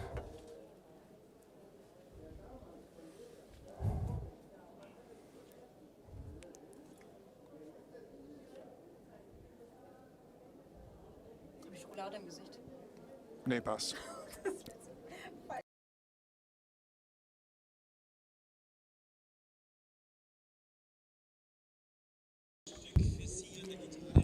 Before I will continue with the next piece on my guitar, I would like to mention you the name of my piece. I've composed this piece about 5-7 years ago, and the name of my piece is called Aleppo. A few years ago, I've renamed it Mariupol. Then I again renamed it after after Gaza.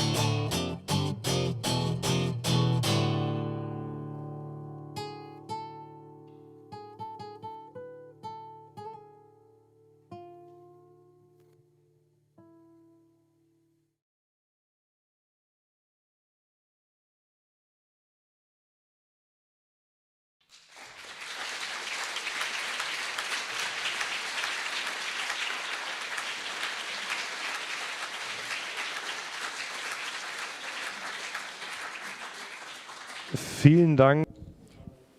Thank you very much, Konrad Huber, for the second piece called Aleppo, Mariupol, Gaza. In the end of the conference today, we will listen to you again. I would like to excuse myself in the name of the conference organization. I've heard that in the break, I heard that the translation your translation wasn't able to be delivered properly, but now we were able to solve this problem with new batteries for your devices, and I'm sorry that this happened. In the break, I've also heard that there was still a great demand for discussion, and a lot of people still want to talk. And we now have time for this today. But before, I would like to introduce to you Franz Nadler. He's the chairperson from Connection Info. Do you know it? Hold up your hand if you know it. About a third knows Connection Info. The organization advocates for more than 30 years for the human right to conscientiously object to war, and they also support everyone who do not participate in war and demand that they get protection and asylum. Also, just like Medico and we at Medico also greatly value the work from Connection Info. That, so to say, is right next door in Offenbach. Next to the Medico headquarters in Frankfurt. Would you like to tell us a bit more maybe about your work and your perspective at Connection Info?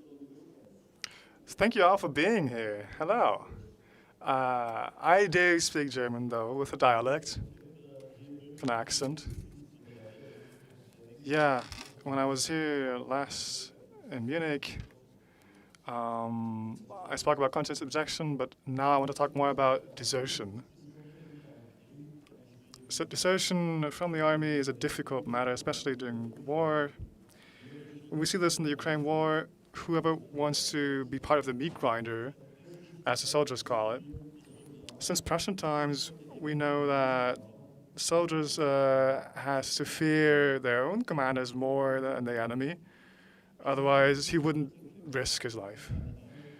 That's of course why there are always units behind the soldiers who force them to shoot, force them to attack. So desertion can only succeed when someone is in a military hospital, really. So that's why we have more and more reports of soldiers shooting themselves in the leg or breaking bones so they can flee from war.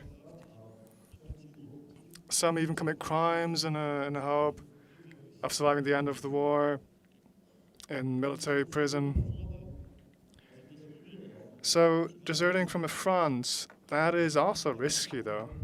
You risk being shot by your own units, but then again, it's unclear how the enemy would treat you. I would like to present a well-documented case, Maxim Kuzminov. He's a helicopter pilot in the Russian army. He does not want to fight against Ukraine. His request for discharge is rejected. At the beginning then of 2023, he comes into contact with a special unit of the Ukrainian Secret Service who tells Russian soldiers to defect. Right at the beginning of the war, we were sent a list of promises made to defectors. They say you will be treated well, 40,000 euros as well, asylum in an EU country, even enormous rewards. Whoever comes in a fighter jet would get $1 million. And I thought that was at least implausible, but it seems to have been real. And so I don't know what motivated Maxim Kuzminov, but after 6 months of preparation, where he got his family out of the country, he came to Ukraine in a helicopter on 9th of August. He was presented to the press, given money, and a film was made about him, about his heroic deed. But it seems he did not fight for Ukraine. Then, half a year later, on the 13th of February 2024, his body was found in a Spanish holiday resort, shot and run over. And whoever was responsible, it's not clear. And then another thing. 2 other soldiers were in that helicopter who, it seems, were not aware of his plans and wanted to return. Ukrainian Secret Service asked them, were asked what happened to them, and they said Unfortunately, they were killed in the process. Since the beginning of the war in Ukraine, about 1 million people have left Russia. Mainly political opponents, especially during partial mobilization, who wanted to evade military service. But the EU had closed its borders, so they went to countries like Kazakhstan, Kyrgyzstan, Uzbekistan, Georgia, Armenia, and other countries friendly to Russia. Among them were probably several hundreds, perhaps even thousands of deserters. So we now have contact with just over a dozen who are in need of help, half of whom are already in Germany, and I will mention them later again. But about Ukraine, according to public prosecutor's office in Ukraine, about 300,000 have left the front and are still being sought. It seems there are no volunteers left. A war that no longer has a realistic goal, where there's no backwards, no forwards, doesn't convince anyone. Usually, men in Ukraine are recruited by force through raids. People resist as best as they can. So people keep an eye out for recruiters, which are hated because these recruiters, of course, don't have to go to the front and receive bonus payments. So, a case example. Person A was forcibly recruited and shortly afterwards found himself in Germany in Bundeswehr barracks where US military personnel are also stationed. His wife and children had already left the country when the war began, and so he contacted them. And so his wife turned to connection, please help me, you must help me. Which is easier said than done, but we weren't able to get him out of the barracks because there's also guards and military police searching the area, and then the German police who will bring him back to the barracks. But he was successful in his desertion, and now he's with his family and is considering how he can find protection. This is the next topic. Can deserters be granted asylum? Soldiers are not permitted to participate in wars of aggression or commit human rights violations. If they refuse to do so, they can be granted asylum. Conscientious objectors are a special social group, so if they're not granted their rights, they may be granted asylum. And since we're talking about their rights and laws, according to the European Convention on Extradition, no one may be deported for military offenses. This could be quite helpful for our Ukrainian case. So this is the legal basis for the promise that the former German Chancellor Olaf Scholz made to Russian deserters who said, I'm in favor of offering these people asylum, end quote. Others, of course, also expressed similar views, even on the EU level. For example, Jean Michel, who said, quote, if you are not willing to kill your Ukrainian brothers and sisters, throw away your weapons, stop fighting, leave the battlefield, end quote. So you might think that makes sense, but German politicians soon came up with arguments against this. They feared Russia could use this to have KGB agents, so-called, infiltrate Germany. Then, of course, Russian military service objectors supposedly could also rape Ukrainian women here. So they say. So it's no wonder that out of approximately 2,000 asylum applications from Russians, it was only 350 who were approved. And many of those did flee military service. Ukrainians, of course, are supposed to fight for our freedom, so they say. Ukraine demands extradition, not because of military service evasion, but because of corruption. Many paid at the border to get out of the country. And so now there are around 700,000 Ukrainian men in the EU.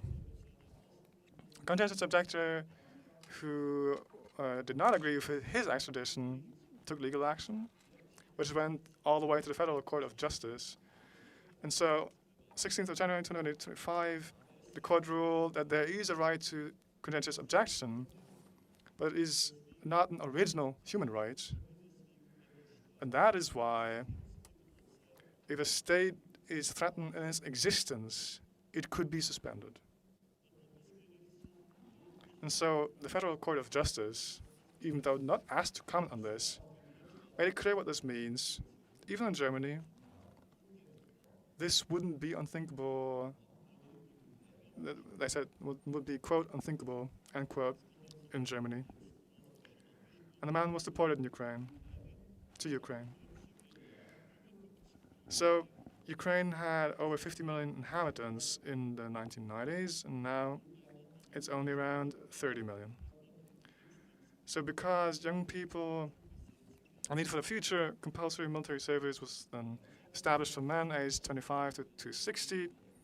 At the same time, now there's a travel ban, which was imposed. So since these people cannot be called out for military service, they decided, the current government decided at the end of August that at least 18 to 22-year-olds would be allowed to leave the country. Tens of thousands made use of that, and German politicians were immediately alarmed. Markus Söder from the center-right party said, "No one has helped if more and more young men come to Germany from Ukraine instead of defending their homelands." Yeah, end quote. Of course, they should fight, sure. Carsten Linnemann, Secretary General of the CDU, agrees. He says, quote, "Many of those you see here make a robust impression," end quote. And so on the 15th of November, Merz, the Chancellor of Germany, actually called Zelensky and told him to prevent these people from leaving the country. As an opponent of war, I demand that politicians do everything in their power to end wars, and at the very least, open the borders and grant asylum to those who refuse to participate in them.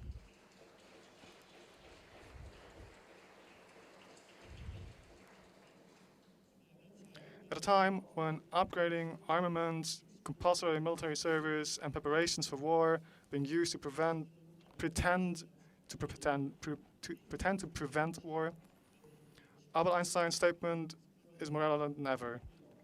Nothing will abolish war unless people themselves refuse to serve in the military, end quote. Thank you for your attention.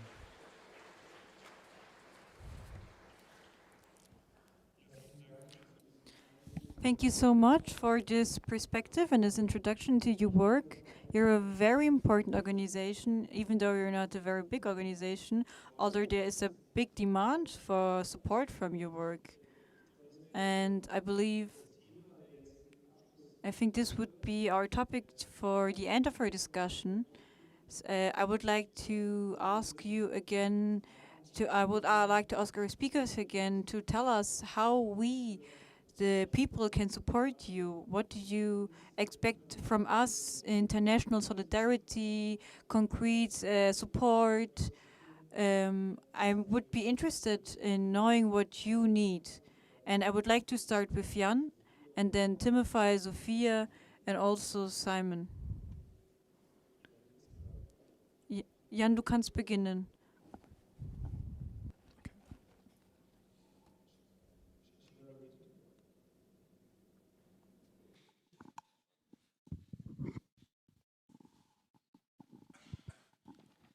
Okay. Thank you for your clearly don't understand the topic. What kind of support do you expect from us? Yeah. Thank you. I think the main is the media support. You can just speak with your friends, with your teachers, with your parents, with your colleagues in job about what you hear today here. Yeah, I think it will be better way to push information.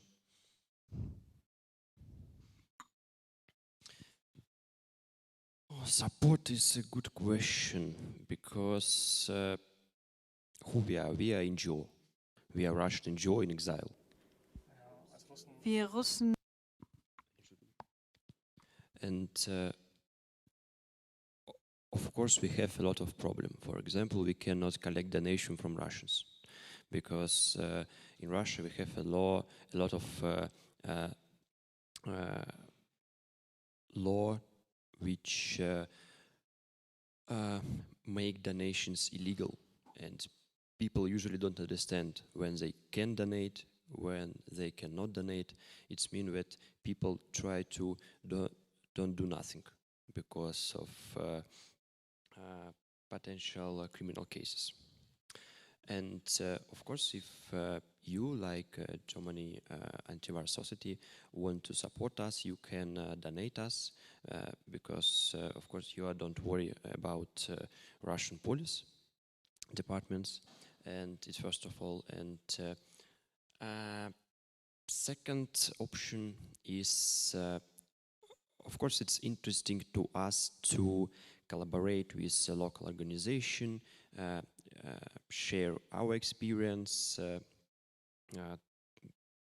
take more information about your experience, make together some events maybe, also for collect donation. We also need any administrative support because, as I mentioned before, we are NGO in exile and we work without official registration,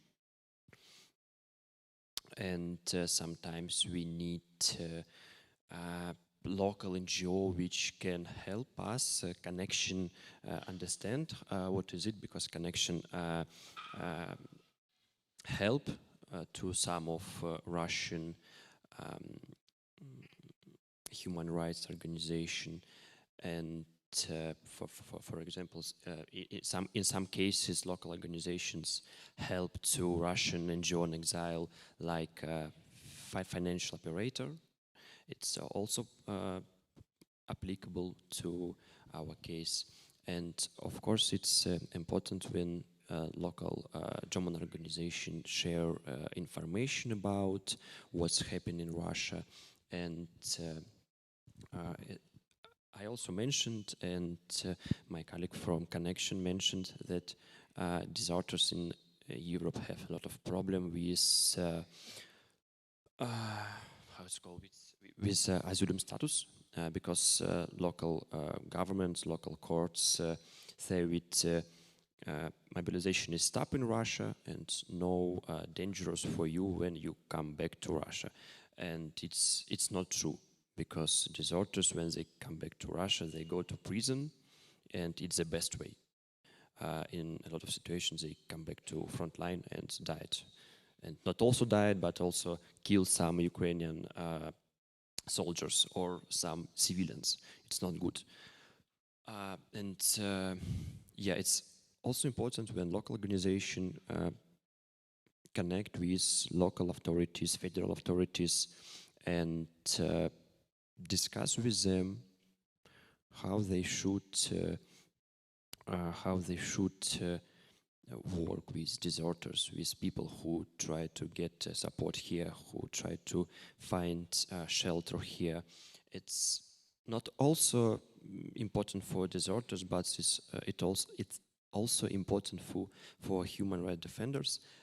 Maybe you know that before federal government closed special program for Russian human rights defenders, journalists, political activists. It was a special program when Russians who have experience with German organization, those people can go to German and get permanent residence and live here. For example, I came to German because of this program.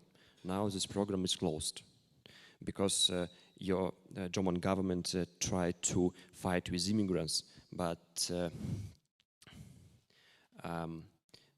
first of all, they try to fight with legal immigrants, because it's easy to show you to citizens with, look, we fight with immigrants, but we all understand that the main problem is illegal immigrants. They also not a problem, yeah. But if you speak about in the context of policy, of course, the main problem is illegal immigration. But government try to fight with legal immigrants who,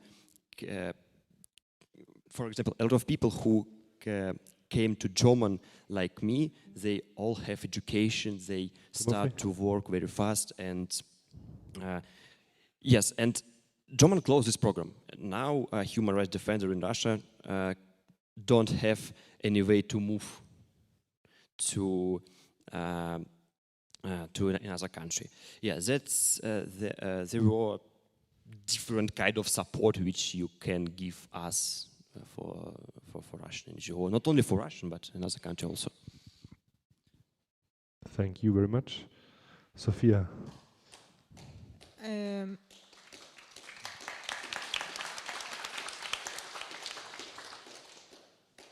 I think it's two main things. The first one is supporting us, organizations on the ground, like Messervot, but like other organizations as well that are fighting for Palestinian liberation on the ground, and supporting us both, and I'm sorry, by giving us money, because we are doing all of this as a volunteer work, and the more that we have resources, the more action we can take, but also just to spread our voices and raise our voices on social media and traditional media, and speaking to people and raising that voice that we are fighting for on the ground, because we are trying to make change from the inside. But it is very, very hard when we are very few and when we don't have many resources. We are few and we are not very strong. And that is, I think, why we need the second part, which is for you to fight as hard as we are fighting where you are, to fight your government for the funding that it is giving Israel to commit this genocide, to fight.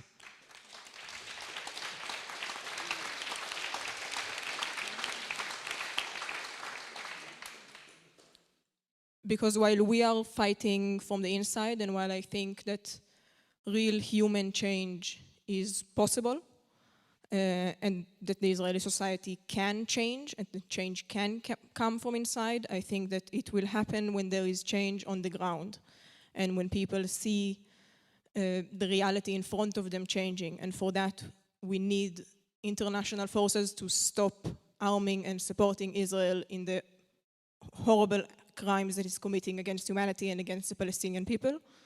And that is the part that you have.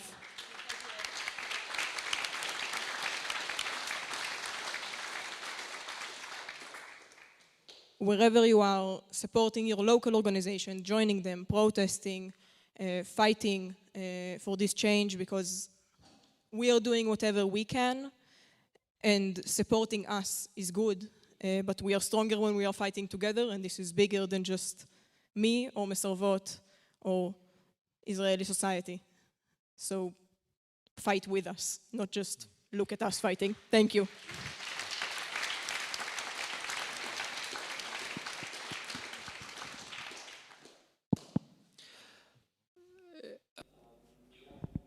Yes. I try to keep it short because I think time's running out, and I think we're sitting here for long enough now, although it was very nice with all of you. Like I said, I try to keep it short, and in the break I was asked about the strikes in school against the conscription and about my opinion, and I'm trying to use this chance to talk to an audience that maybe does not have much to do anymore with school strikes, maybe due to age.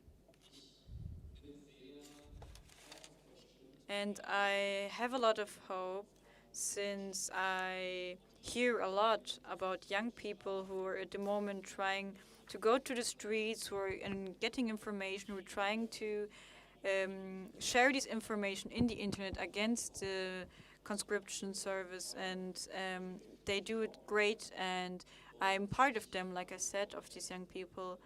And in the last days and weeks, I've held a lot of speeches in school strike committees and talked about my experience with the media in the last 1.5 years and how to handle journalists who are trying to squeeze one out about the motivation to go to war. And I will talk more about this in the next school strike on the 5th of March.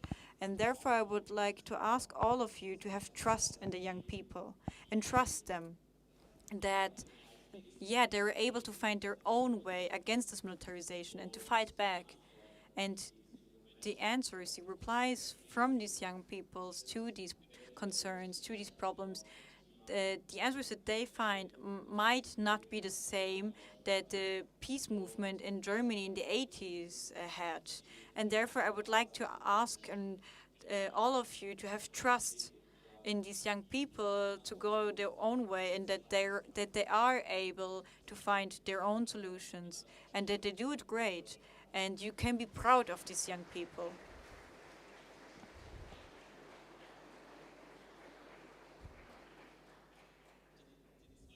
The second thing, I also have 2 things to point out, just like Sophia. The second point,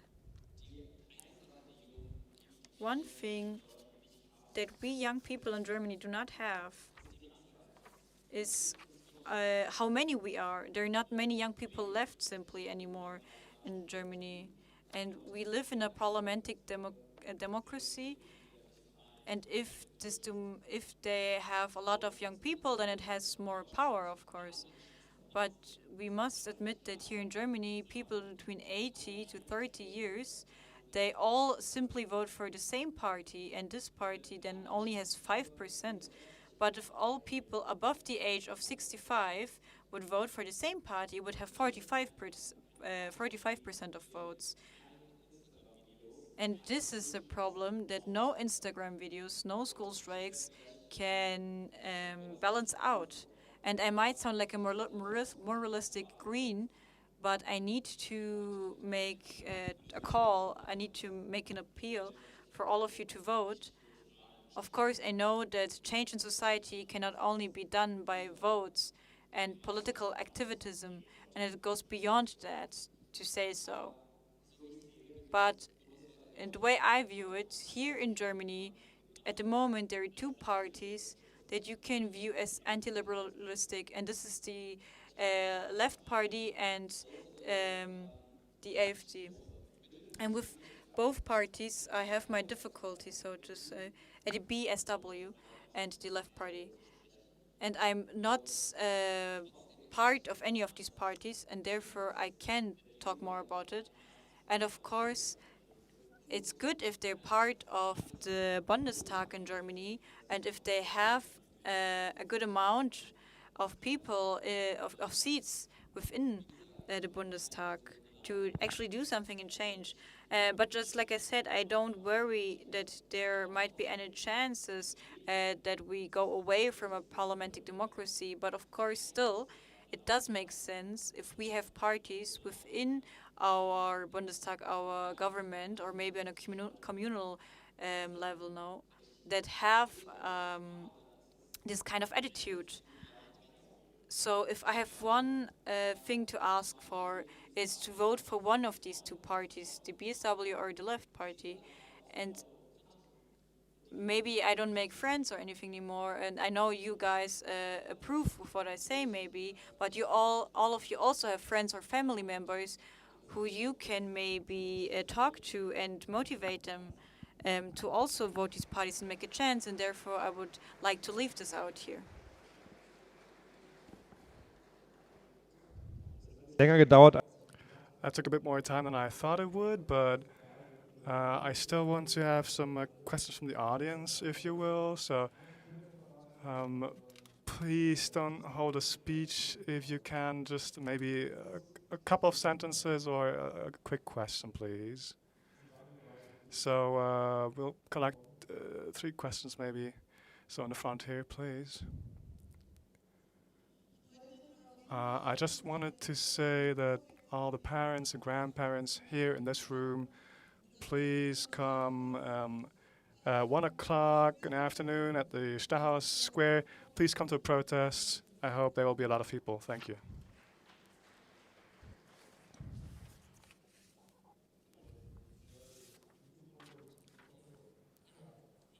Hello, I just wanted to say, you fight for all of us. Of course, I mean, it's your fight because you don't want to the military, but it's important for all of us that you are successful, so that there is no war. That's the most important thing. And I think without this immense military spending, we could do all so much better. That's what Albert Einstein said in 1955. Without military spending, there is joyfulness. With military spending, it's only our demise. It's a catastrophe. And in the front here, please.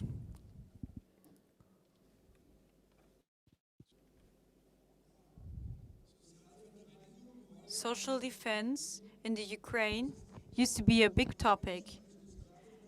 And there are more people for social defense than for militaristic defense. How is it looking today? Is there still a big movement for social defense as a better solution than militaristic defense? I think you need to explain what social defense means. I, for example, don't know. It's defense without weapons.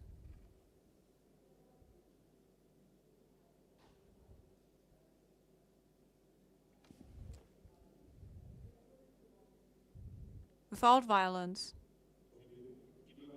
All right, let's move on. Clemens? I will be interested in whether all speakers here think it's the only way to be categorically defenseless. So really closing all weapons companies and stopping all weapons production unconditionally. So what was just asked, 2015, an institute in Kiev made a survey. What would you do in the case of an occupation or an act of aggression against your city or village?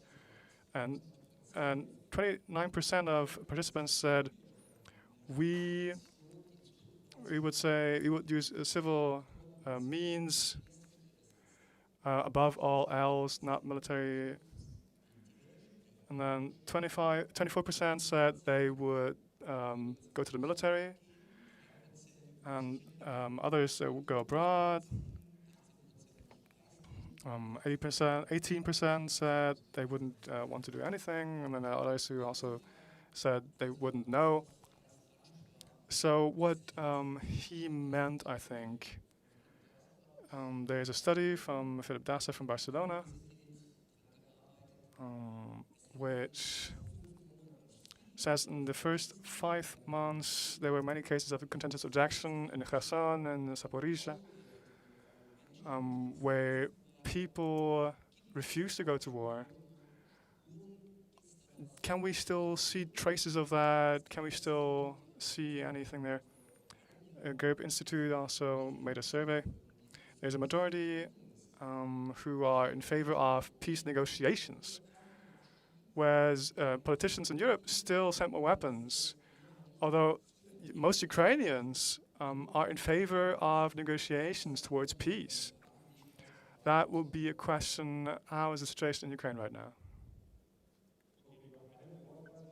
And then one more question maybe. Well, Leon is saying, I know him for a long time, Leon. He's saying his part, but nobody can hear you. You need a microphone. I also want to say We are a discussion not of political analysts, but of conscientious objectors. So sometimes I wonder where all these questions come from, some of these questions come from. But I mean, everyone has an opinion. So I would like to ask Jan, do you think there is a majority in Ukraine right now which is in favor of negotiations and against continuing the war? What is your perception as someone who's just left the country 4 months ago? Yeah, thank you for your questions. I can ask firstly for the people who ask me about non-weapon fighting. Yeah, he asked this, I think. Yeah.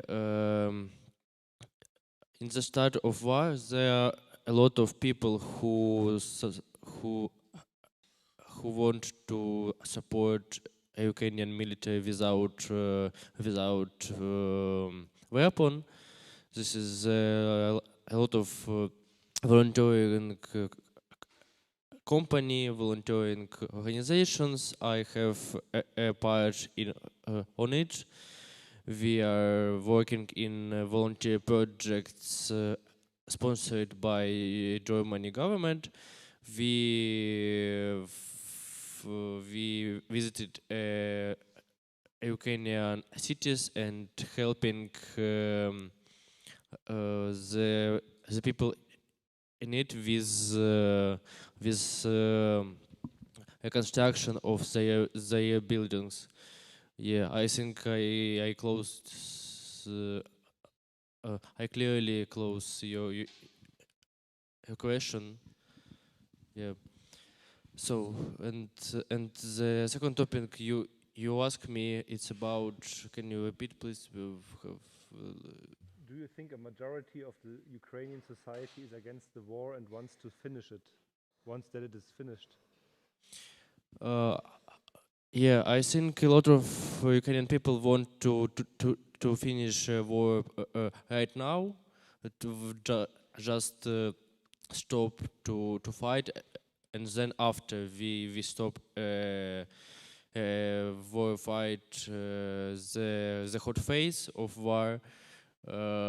We need to diplomacy solutions after stop, not in the time, because I see a lot of people are very angry about that when our government says we are going to speak with European leader or Trump about stopping a war, and this meeting with Trump will be next month or for 2 months or for 3 months, and all this time we waiting, people dies, and you sit with clocks and just waiting for they talk each other about stopping war or not. Yeah, I think it's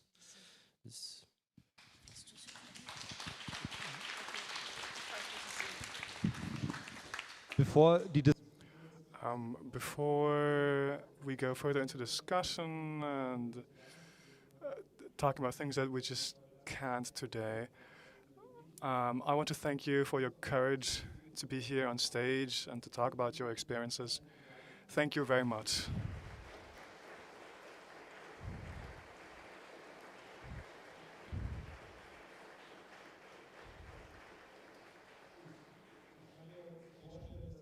I can imagine it is not easy for you. So thank you, and thank you all for coming. There is still a little bit left. We'll have another song by Konrad Huber, and then Julian Mühlferner will give us an outlook on to the next days and tomorrow. So please have some patience, and I want to say already, have a nice evening from my side. Konrad, please.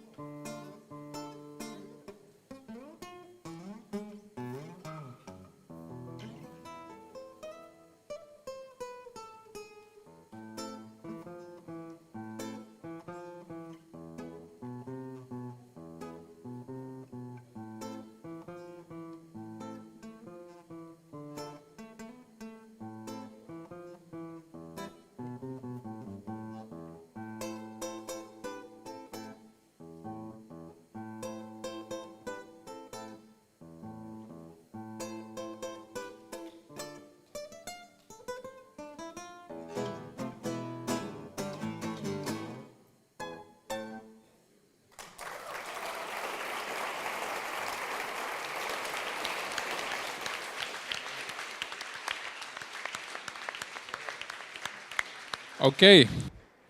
All right. Thank you very much, Konrad Huber. And of course, I have to give some thanks and an outlook on what's going on in the next few days. But in the beginning, I want to say thanks to our speakers from the bottom of my heart. Thank you for your courage. What you do is so important. And we've got some gift bags, I think, for you to remember your time in Munich. Ja, bitte, Ulla, genau, kommt gerne raus. Let's start with Sophia, maybe.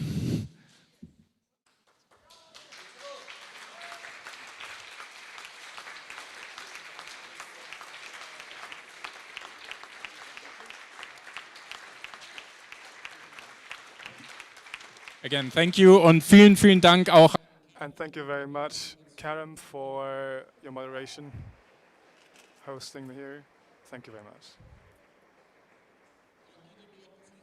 Thank you, everyone from the tech team. Thank you for the interpreters. Thank you for organization. Thank you, Nick, for the streaming service. Thank you, our support group, and Maria Fecco. Thank you, the audience. Thank you for being here. Conscientious objection is a basic human right, but it's at risk. So they need our support. They need good infrastructure to support them. That's why we would ask you today to support organizations which support conscientious objectors. We've heard from some of them. Connection is here. And then the DFG is also here. German Peace Association of United Opponents. Please support or consider supporting us in particular, the Peace Conference. Of course, we also need your support. Now, of course, maybe a little bit about what's going to happen tomorrow. There'll be 2 workshops. First, Theater of the Suppressed, and then also other things. 1 o'clock, we have a protest at the Stachus Square, an anti-Munich peace, Munich security conference protests. And then Saturday evening, we'll have a discussion. It's time to talk. sanctions and boycotts as a means of politics and civil society with Deborah Feldman, Shir Hever, Khaled El Mahmoud, and Isabel Fechtner, moderated by Christine Helberg. We would like to see you tomorrow again. I think it's going to be interesting. The peace conference has often been accused of being part of BDSS, but we'll see what is up with that. And then Sunday morning, we'll have a morning matinee as a presentation of a book by Fabian Scheidler. And all these infos you can find on our website, friedenskonferenz.info. Thank you very much for coming, and hopefully we'll see you tomorrow. Thank you very much.